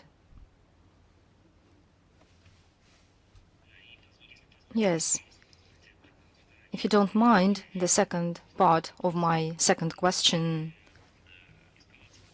If the tensions are escalated in Iran, what help can Russia provide to Tehran? I believe that I answered to this question in my comment to your Chinese colleagues. Thank you very much, Madam Zakharova. So let's move on. Is France Press with us? Madam Zakharova, good afternoon. We have a similar question.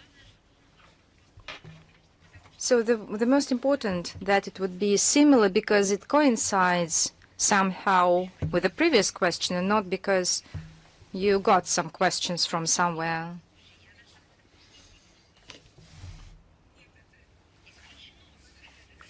No, I think that's not possible. We have another question, maybe a surprise question. We had it today. In Niger, there is an outcry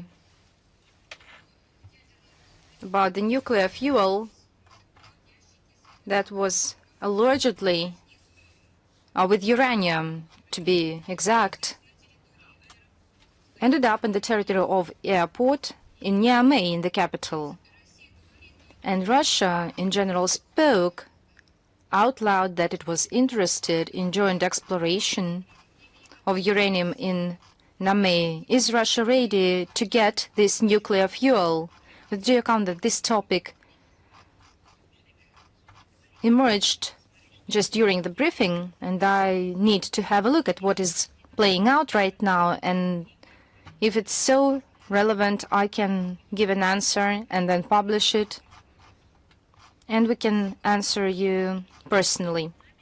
Thank you. Is Anadolu with us? Yes, good afternoon, Madam Zakharova. Good afternoon. You've answered 2 questions, but we have a third one. We've just seen film Nuremberg. Can you share your assessments on the image of Russia? It's an American film. No, I haven't seen this movie.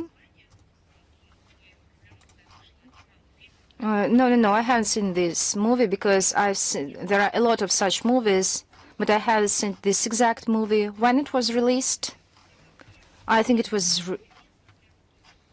in December. No, I have not seen it. I will try to do so and come back with my comments. Thank you very much. Is Almaydin with us? Yes, good afternoon, Madam Zakharova. I think you have answered to our questions, and thank you very much. Is Rudaf with us?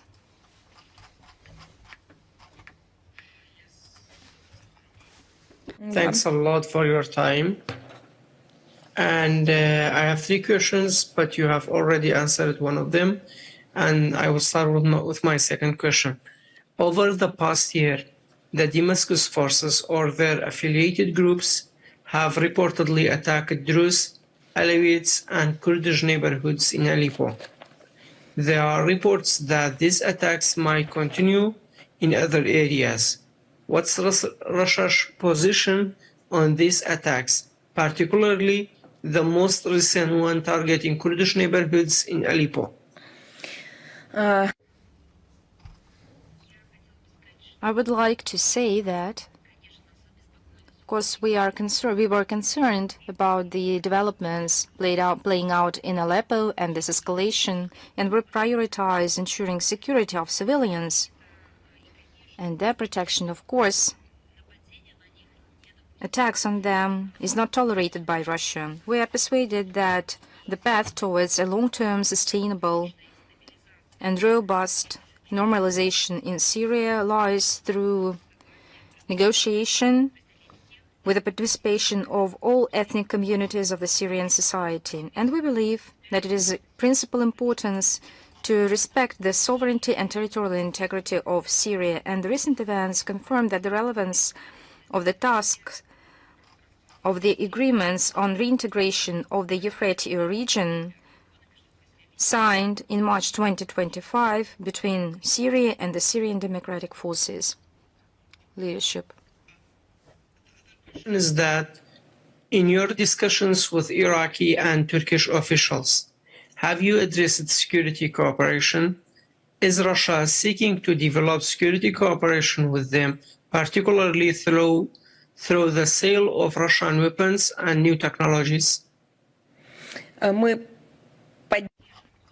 We are in a close contact both with Turkey and Iraq on a wide range of issues of mutual interest, including regional and country security. So let me end up with this, if you don't mind. Thank you very much. We are moving on. Is Pakistan media, Duni News Pakistan, with us? Pakistan, thank you for taking my question. I have one question today. Iran says that the recent unrest inside the country is supported by the United States and Israel. There are also reports that the United States may be preparing some kind of action against Iran. Does Russia think that the United States may try something similar to what it did in Venezuela? How does Moscow view the current situation around Iran? Я начну со второго вашего вопроса. Let me start by the second part of your question, and I've answered it today on many occasions. And we have statements published at the website of the Minister of Foreign Affairs, and our Foreign Minister Sergei Lavrov expanded on this topic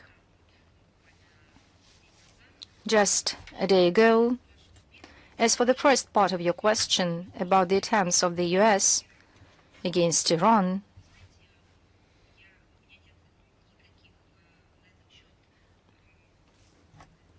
here I don't have any comments, because these questions should be addressed to the Americans. And we believe, and let me reiterate, that the toppling down of regimes cannot be tolerated by the modern community. Moreover, taking into account, if we are speaking about the respect for the UN Charter, here it's about the sovereign state of Iran, with powerful democratic values and traditions, respecting democracy and history, their own history. But we see the Western countries, you've named the United States, you've named Israel, but you didn't name the EU, resorts to all possible tools in order to settle the situation and to affect and influence Iran, its leadership and its nation, to topple the current government, and are very open in their aspirations.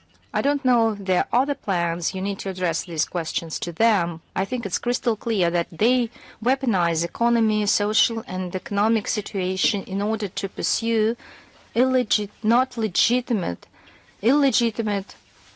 coup d'etat. And that's what they are doing.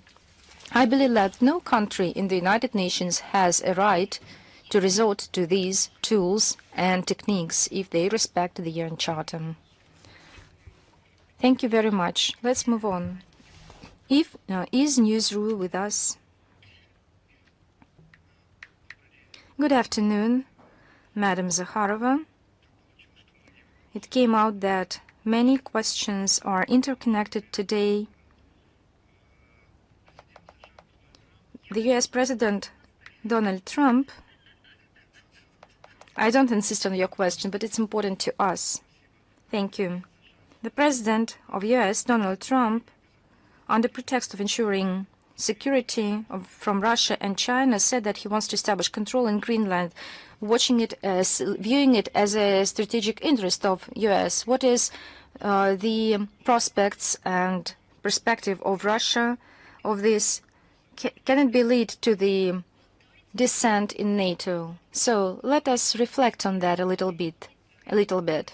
Neither Russia nor China claimed anything like that. There are no facts that can prove these accusations, and that's my first point.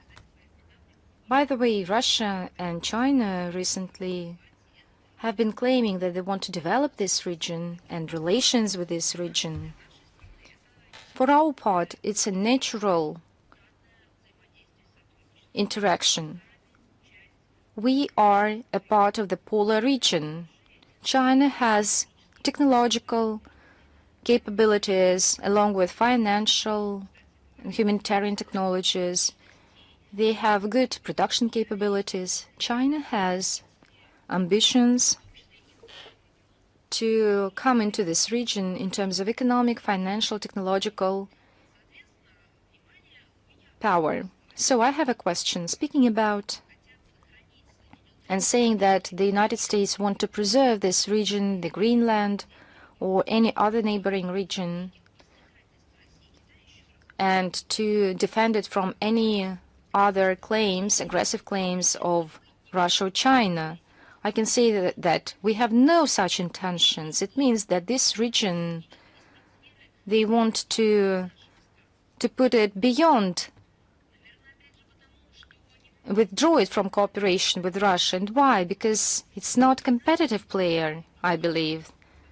I believe that our ways of cooperating with third countries and other ways to have business, I think it will be more interesting and attractive to these regions because we provide guarantees building on the international law. We respect international law and international treaties. We do not withdraw from treaties by signing just shortly before that with another country some agreement.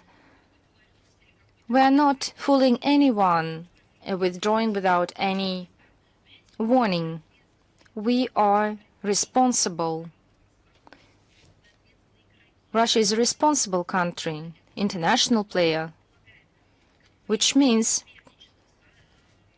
competitiveness, fair competitiveness in resolving differences based on peaceful solutions, on the equal dialogue, expecting the same attitude from our partners. That's why I believe this is all playing out. Because this pattern of behavior and pattern of cooperation on international arena suggested by Russia and China is indeed a powerful and robust basis for the development, the internal development, international contacts, and all they want is to discredit our country, using all these illegitimate toolbox available to them to oust us from this media and public space, and that's what we call neocolonialism. And that's the way it is.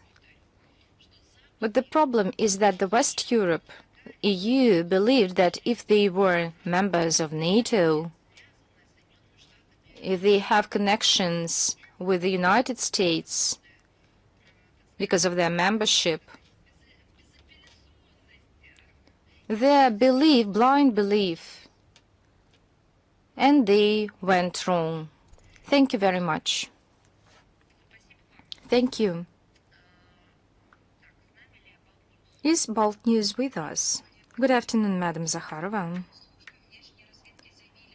The intelligence services of Russia said that the Constantinople Patriarch of Bartholomew is obsessed with the idea to oust the Russian Orthodoxy from the Baltic states, trying to distance the Lithuanian, Latvian, and Estonian Orthodox Church from the Moscow Patriarchate, trying to attract its priests. What are the aims of the Constantinople Patriarchate, and is it independent in its aspirations? Does the Ministry of the has any ties with the Moscow Patriarchate, and does it has anything to do with the church diplomacy? Let me expand on the last part of your question. Of course, the comment that was made by the intelligence service of Russia is a comprehensive comment. So we do not need to make our own comment, but nevertheless, let me speak up. I think that the Constantinople Patriarchate has been long before in the zone of interest of the Western states, and being very active in the countries which are trying to restrict in the rights of the Orthodox believers who do not want to tolerate with the imposed neoliberal values, who are against some non-canonic ideas. A lot of studies have been published on this topic. We believe that Constantinople acts in frame of political technologies supporting the so-called church opposition, dealing with some political dirty job, not rather than traditional beliefs such as rituals, traditions, philosophy, science. I think they all put it into oblivion These are political machinations or technologies. Let me recall you that it's not a kind of a church opposition who does not support the official church. I think all these are breakaways. Patriarch Vartholomew establishes problems in the spiritual area in the areas where he could have avoided them. Of course, you should address your question more to the Moscow Patriarchate if you want to know the situation more. As for the protection of the rights of the Russian Orthodox Church and the believers abroad, so these questions is under permanent focus of our foreign ministry. Respect of the rights of the believers, this is a sensitive topic, an important one. Unfortunately, it's being at the tone of geopolitical interests, and even under the wheels of geopolitical interest. It demands not slogans, but a painstaking expert work. It requires a kind of political maturity and love to all those they are concerned about. It's clear that maybe you cannot see some small things behind the big things, but I think that Vartholomew should have seen great sufferings of people in Ukraine and ask a question even to himself. Where these geopolitical experiments led to, experiments to divide orthodoxy in Ukraine, because right now many families and people are surviving and preserving, trying to preserve their soul, fighting for it, with the Ukrainian army, dehumanized Ukrainian army,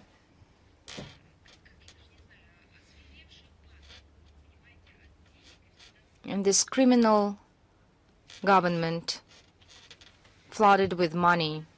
The situation with the rights of believers in the Baltic states is not better, even flagrant. We see that the Orthodox priests are being scrutinized in order to force them to change their church jurisdiction. We told them once that you need to think about such persecutions on the Russian-speaking population. They answered that it was a kind... No, that's true. They started to persecute all that is connected with the Russian Orthodox Church, Russian culture and language. The most high-profile actions are the actions of the Estonian parliament, who tried to legitimize interference of the state in the Estonian Orthodox Church. We have already given our assessment, and I'm talking about our foreign minister and the Minister on International Cooperation on that to ensure the rights for the freedom of religion by Mr. Melich on June 20th, 2025. As for the cooperation, we have something to say. We have a close cooperation with the Moscow Patriarchate on a wide range of issues of mutual interest, dialogue of culture, religions, protection of the rights of believers, help of those living abroad. And for these purposes, as you know, and I hope you know, back in 2003, a working group on interaction of the Foreign Ministry of Russia and the Russian Orthodox Church was established. The Russian Orthodox Church, as the major and respected public institute in our country, has the same mechanisms, consultative mechanisms, with many other bodies at the federal and regional level. We have an intense dialogue between other conventions, and you know, by the way, I would like to say, just not to give pretext to anyone, that we do not have such things. We have an active dialogue between other conventions, and it confirms that the high level of state confessional interaction in our country. And by the way, this dialogue, this is a work, and it's highly appreciated by the believers and parishioners, by all those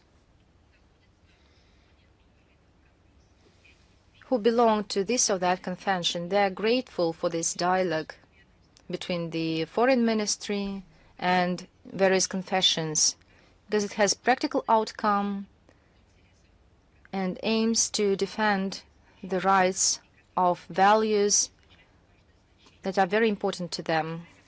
By the way, I would like to underline that the Minister of Foreign Affairs acts in strict compliance with the enshrined in the Constitution of our state, the principle of the so-called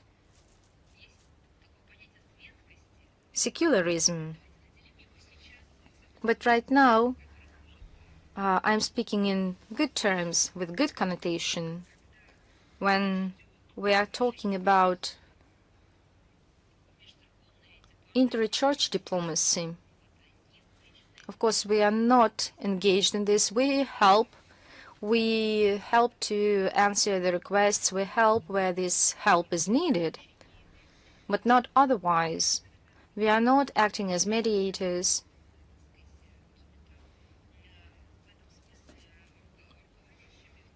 Or some authorized borders.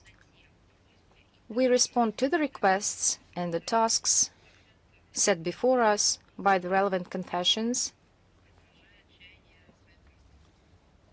that reflect the aspirations of its parishioners. Thank you very much. С нами ли телеканал? Is the Kurdistan 24 with us? Yes. Madam Zakharova, good afternoon. I represent the Kurdistan 24 TV channel. I have one question. After the attack against Kurds by the government forces of Damascus, civilians died, including women and children. Now the armed Arab formations shell civilians and torture them. What can you say about this aggression against the civilians of Aleppo from the formations of Damascus? What can be done to protect people? I understand your question. I partly answered your question earlier. I touched upon this question. We follow closely the situation in Syria. On January 6th, the situation exacerbated in Aleppo significantly. In the northern neighborhoods, there were fights. On January the 10th, the authorities of Syria declared that they took control of the above-mentioned districts. We were concerned about the developments in Aleppo. According to the reports, civilians are among those killed and wounded. Tens of thousands of people had to leave their homes. Civil infrastructure was severely damaged. We prioritize the security of civilians.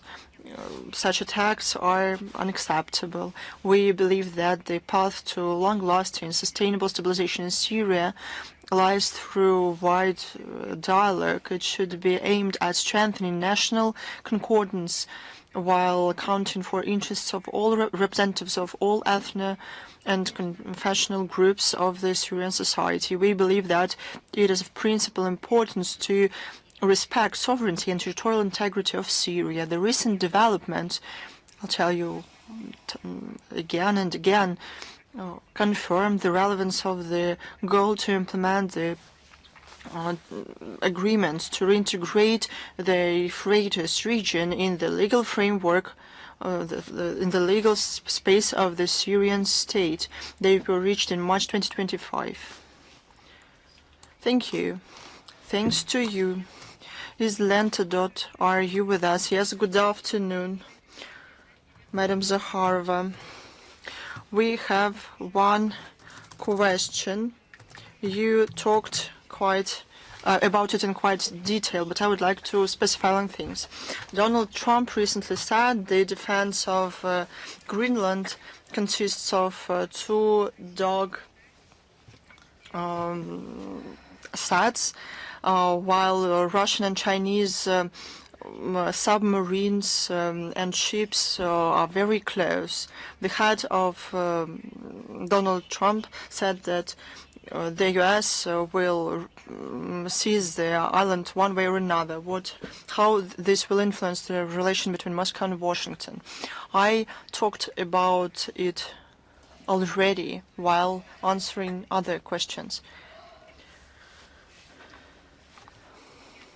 In the very material, in the first part of our briefing, I talked about it, and there was a question, not rhetorical, about what to do with the international legal framework. And but this is not an issue of bilateral relations between Russia or between the U.S. and Denmark and I don't know, or their self-governing territory, Greenland, or between Russia and the U.S., between China and Denmark, or China and the U.S. I'm talking about the whole system of international relations. And this is called the new normality in international relations. This is the new ethics. Or is it not? Or the international law is the ethics.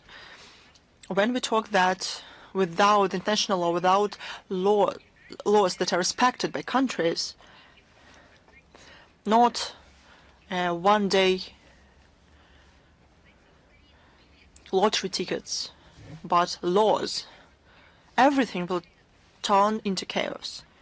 We were told, let's not do that. We have a rules-based world order. The West said, we'll deal with that.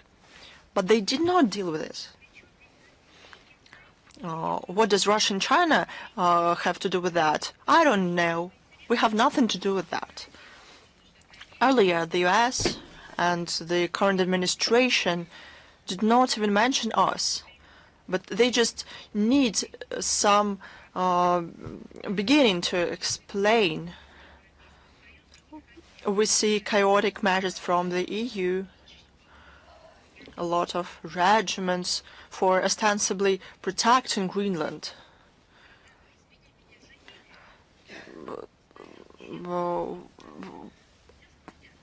Everything is clear. For a long time,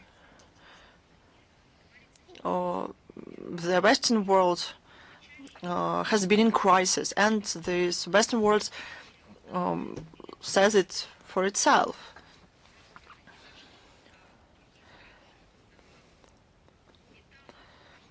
Because they get metals, natural resources, gems, etc. at their will. They do what they wish.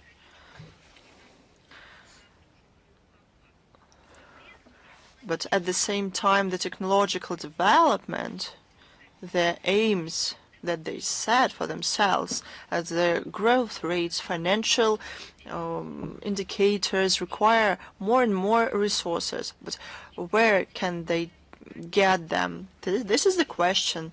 They want to take them away from someone and to look for countries that are probably destabilized, but Russia and China have nothing to do with that.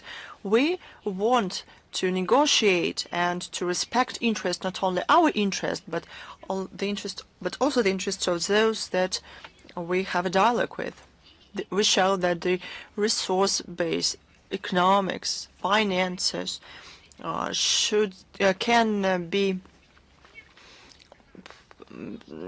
can be done with respect, that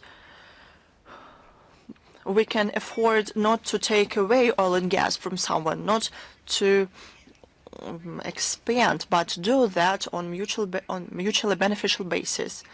China shows pretty much the same thing, that despite the differences in political systems, of traditions, it turns out that it is possible, equal competition is possible. This is not a model that the West has been pursuing for centuries, to take something away and to leave the country with nothing, and to say that they are unique. Somewhere here lies an answer to your question. Thank you very much. I'm waiting for this. They've always saying, the European countries used some covert statements or even some steps oppose the security, and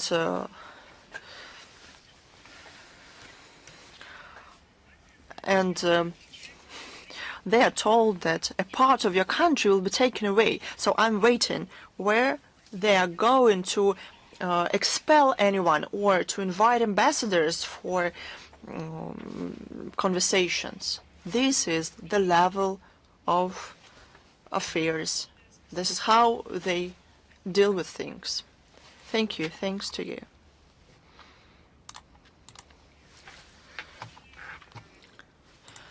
Well, is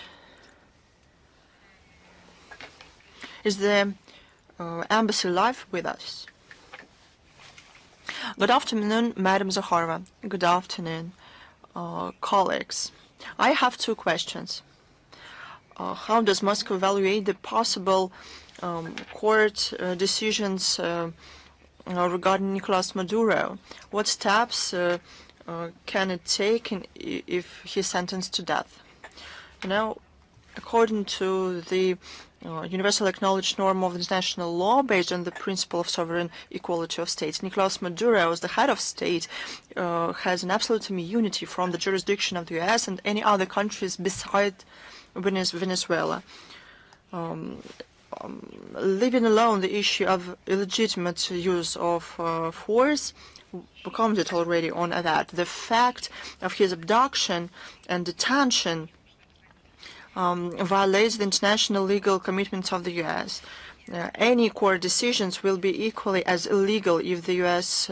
court remembers the international law and rules to release him.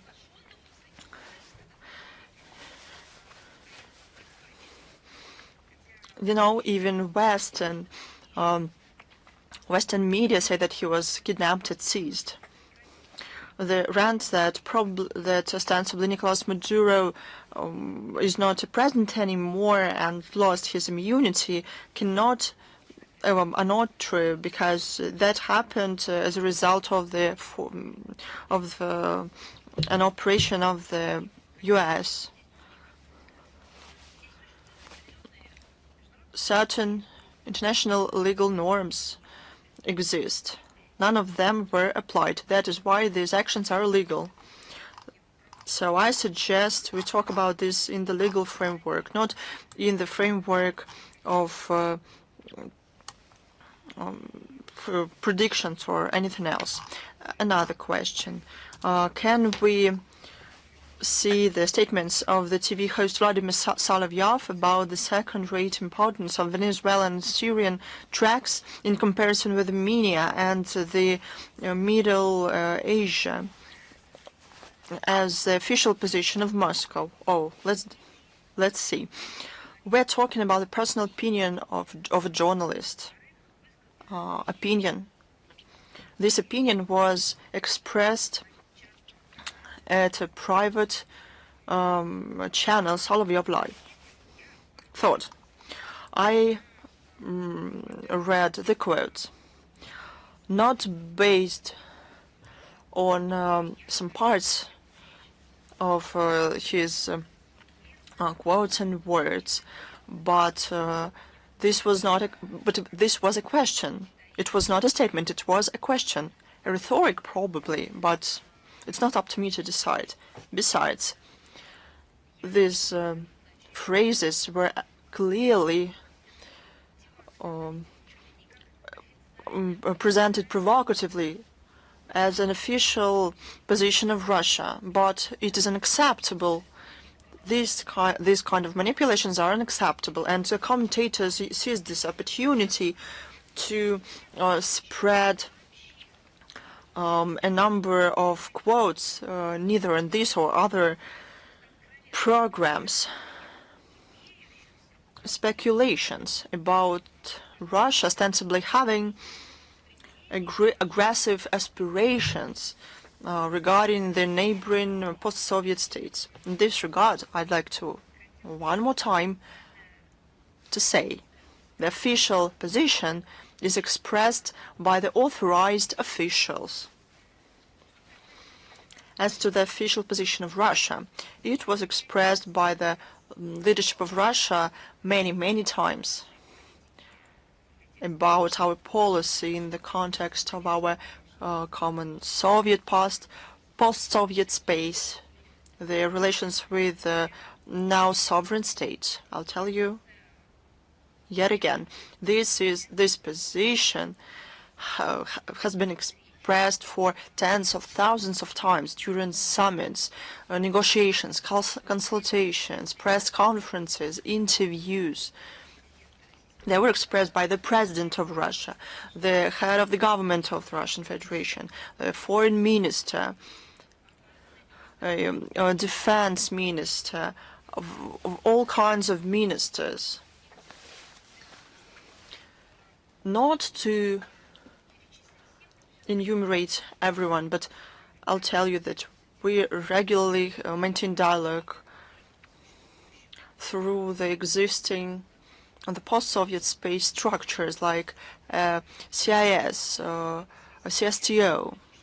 I'd like to mention that through the CSTO, there's a format of meetings of these secretaries of security councils.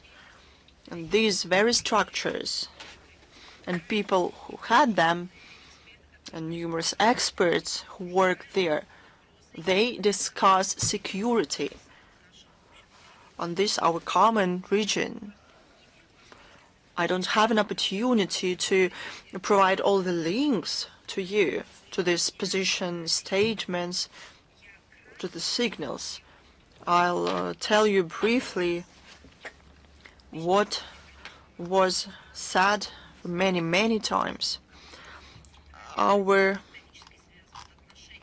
We have historical relations of good neighboring, strategic partnership, friendship, brotherly friendship and cooperation.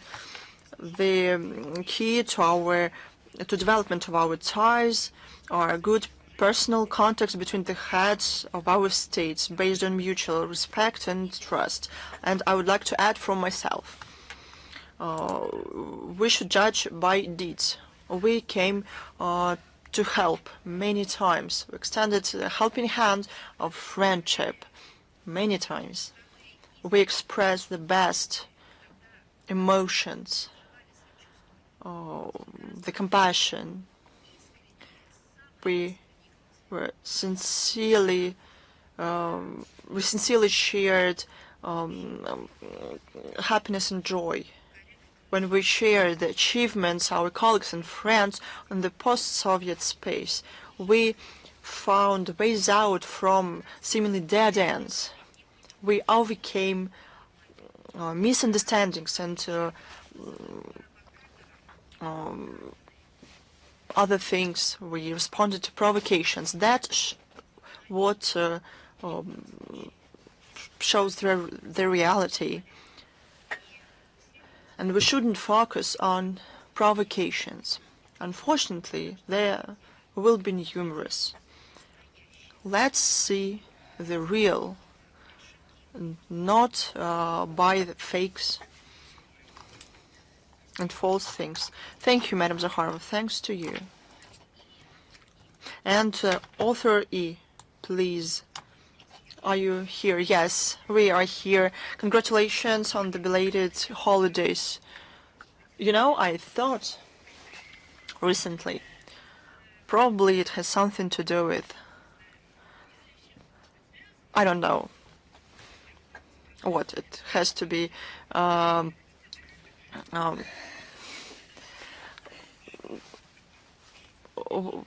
it has to do with, but let us congratulate with and I also would like to congratulate you on the upcoming holidays. There will be a lot of them. We have accumulated a lot of questions. How does Russia see the new security architecture in Euro-Atlantic and Indo-Pacific region, given the growing crisis around Taiwan and in the relations between the US and China? We talked many times that the hybrid war between the West against our country was and planned and provoked Ukrainian crisis. A part of this hybrid war drew a line to attempts to implement security model based on Euro-Atlantic mechanisms and led to the collapse of this model. But probably it was not a reality. It was just a decoration. As a strategic reference point,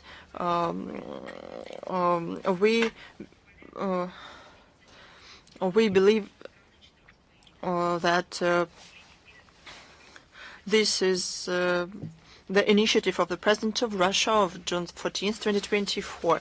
He put it forward here in this very hall.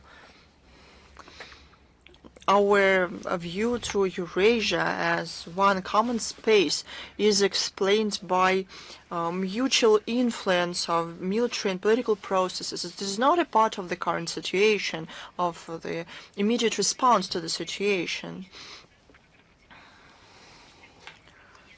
We aspire to create favorable conditions for social and economic development of all Eurasian states.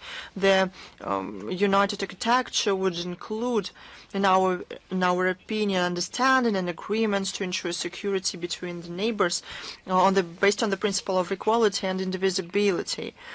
The Eurasian countries should take responsibility for settling their own security issues, and the interference is not acceptable. You mentioned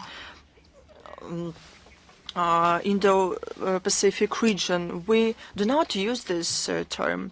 In the context of the implementation of our initiative, we're talking about the geographic Eurasia. Is the continental Europe, Middle East, South, Central, Northeastern and Southeastern Eurasia. This architecture will be open to all European countries who would like to participate in its creation. An important role will belong to multilateral but not Euro-Atlantic associations. We're prepared to have a dialogue with those Europeans who will abandon the aggressive anti-Russian policy and destabilization of Eurasia. Thank you. And my second question, what forms of international cooperation on cybersecurity and regulation of Internet of Russia advances at the United Nations and other multilateral platforms? We are persuaded that effective international cooperation on ensuring international information security requires participation of all states without exception. So Russia, along with partners from the developing states, established, let me explain why, because many ask why all states should be included. But we see now that the information security can be undermined apart from example, military and political aspect we were talking about earlier. As for the anti-missile system or some other types of weapons, we can see a kind of a model that threatens information security of the states, of the neighboring states, or the whole world, literally in one specific location, in a state which has no achievements in terms of information and technologies. We see that people right in the mountains or in the field or in the forests deploy tent or other shelters using hundreds, thousands of mobile phones, assembling a kind of a system to hack something, for example, websites, accounts, web portals, servers. accounts, and so on. Moreover, we've learned just recently, and I believe that at one briefing I will focus on it specifically, and it was awkward to me what we've seen. For example, earlier there were kidnappings of people, human trafficking for physical exploitation. People were forced to work, for example, as slaves in some fields, or people were used for sexual exploitation. Right now we're seeing a new type of crimes when people are kidnapped for the work in these cyber information illegal areas, for example, as operators of call centers installed on the territories, on the borders between the states, for example, if the states are in a state of a conflict or unsettled conflict, the zones that cannot be controlled, and such terrific and horrifying farms or call centers are being installed there. Farms that used such kidnapped labor force. I've never knew that people can be forced to do so as well, but it came out that there are such technologies forcing people to work even at this in terms of communication. So that's why I'm speaking about inclusion of all the states to ensure international information security. So Russia, along with partners from the developing states, established in 2026 the World Mechanism on Achievements in Information and Communication Technologies in the context of international security and advancement of responsible behavior in the use of it. On December 1st, 2025, this decision was adopted by the General Assembly resolution, and it's about the establishment to replace the temporary formats, a permanent negotiation board in all aspects of international information security. Along with the agreed procedure of work of its operation, all UN members will participate and all decisions shall be taken by consensus, not so saying that it will be all the decisions will be taken unanimously. Among priorities works is discussing the prospects of universal treaties in order to prevent conflicts and to advance peaceful settlement in information space, as well as support to the developing states. So two components I see here. It's the adoption of universal treaties to prevent such negative scenario and peaceful resolution of conflicts in the information space. Since May 2024, under the auspices of the United Nations, another important mechanism of cooperation in international information security is functioning. Russia initiated Global Intergovernment Director of Contact Points on computer incidents for sharing information on computer incidents. It serves as a communicative channel in order to clarify the circumstances of cyber attacks and is called to serve as a professional venue for interaction of all the structures. The key formats to discuss the key regulation issues, the World Summit of the Information Society and the Internet Governance Forums are engaged. One of the main purposes of this platform is to ensure equal participation of all the states in governing the global network. And in this regard, the extension of the mandate of the World Summit of the Information Society is very important for the next decade, along with the achievement on establishing and extending the format of the permanent UN format on the Internet governance. We have established the framework and it's operating. And my second question is connected with Internet. What are assessments of the Minister of Affairs of Foreign Affairs as for use of Internet as a tool to influence elections, and what measures is proposed by Russia in preventing these conflicts? If you don't mind, I would expand on that and in a written form, and then we can publish this answer. I will provide you an answer personally to you in a written form. Thank you very much. Thank you. Because it's a broad question, and I would like to expand on that, and maybe next briefing I will take it and expand on that. Is Ukraine-Ru with us? Yes, good afternoon, Madam Zakharova. Anna Cherkasova, Ukraine-Ru. I congratulate you with all the holidays. If you don't mind, I have 2 questions. Yes, please. Go ahead. Our first question. Jeffrey Sachs said that Europe once again injures itself. It seems that it lost any sense of diplomacy, and the only way out is to spend trillions of euros for arms. But earlier, in responding to my questions, you mentioned that Europe cut off all diplomatic connections and ties with Russia. Can we act likewise with the European continent like we did during the Hitlerite coalition? What is your question once again? Can we repeat the scenario of the Second World War? Let us stick in this regard some political literacy. We belong to the European continent as well. So I don't understand the term threats from the European continent. Russia is a European state. We are a part of the European civilization. We have very much in common. We have many religions, peoples, ethnicities, traditions.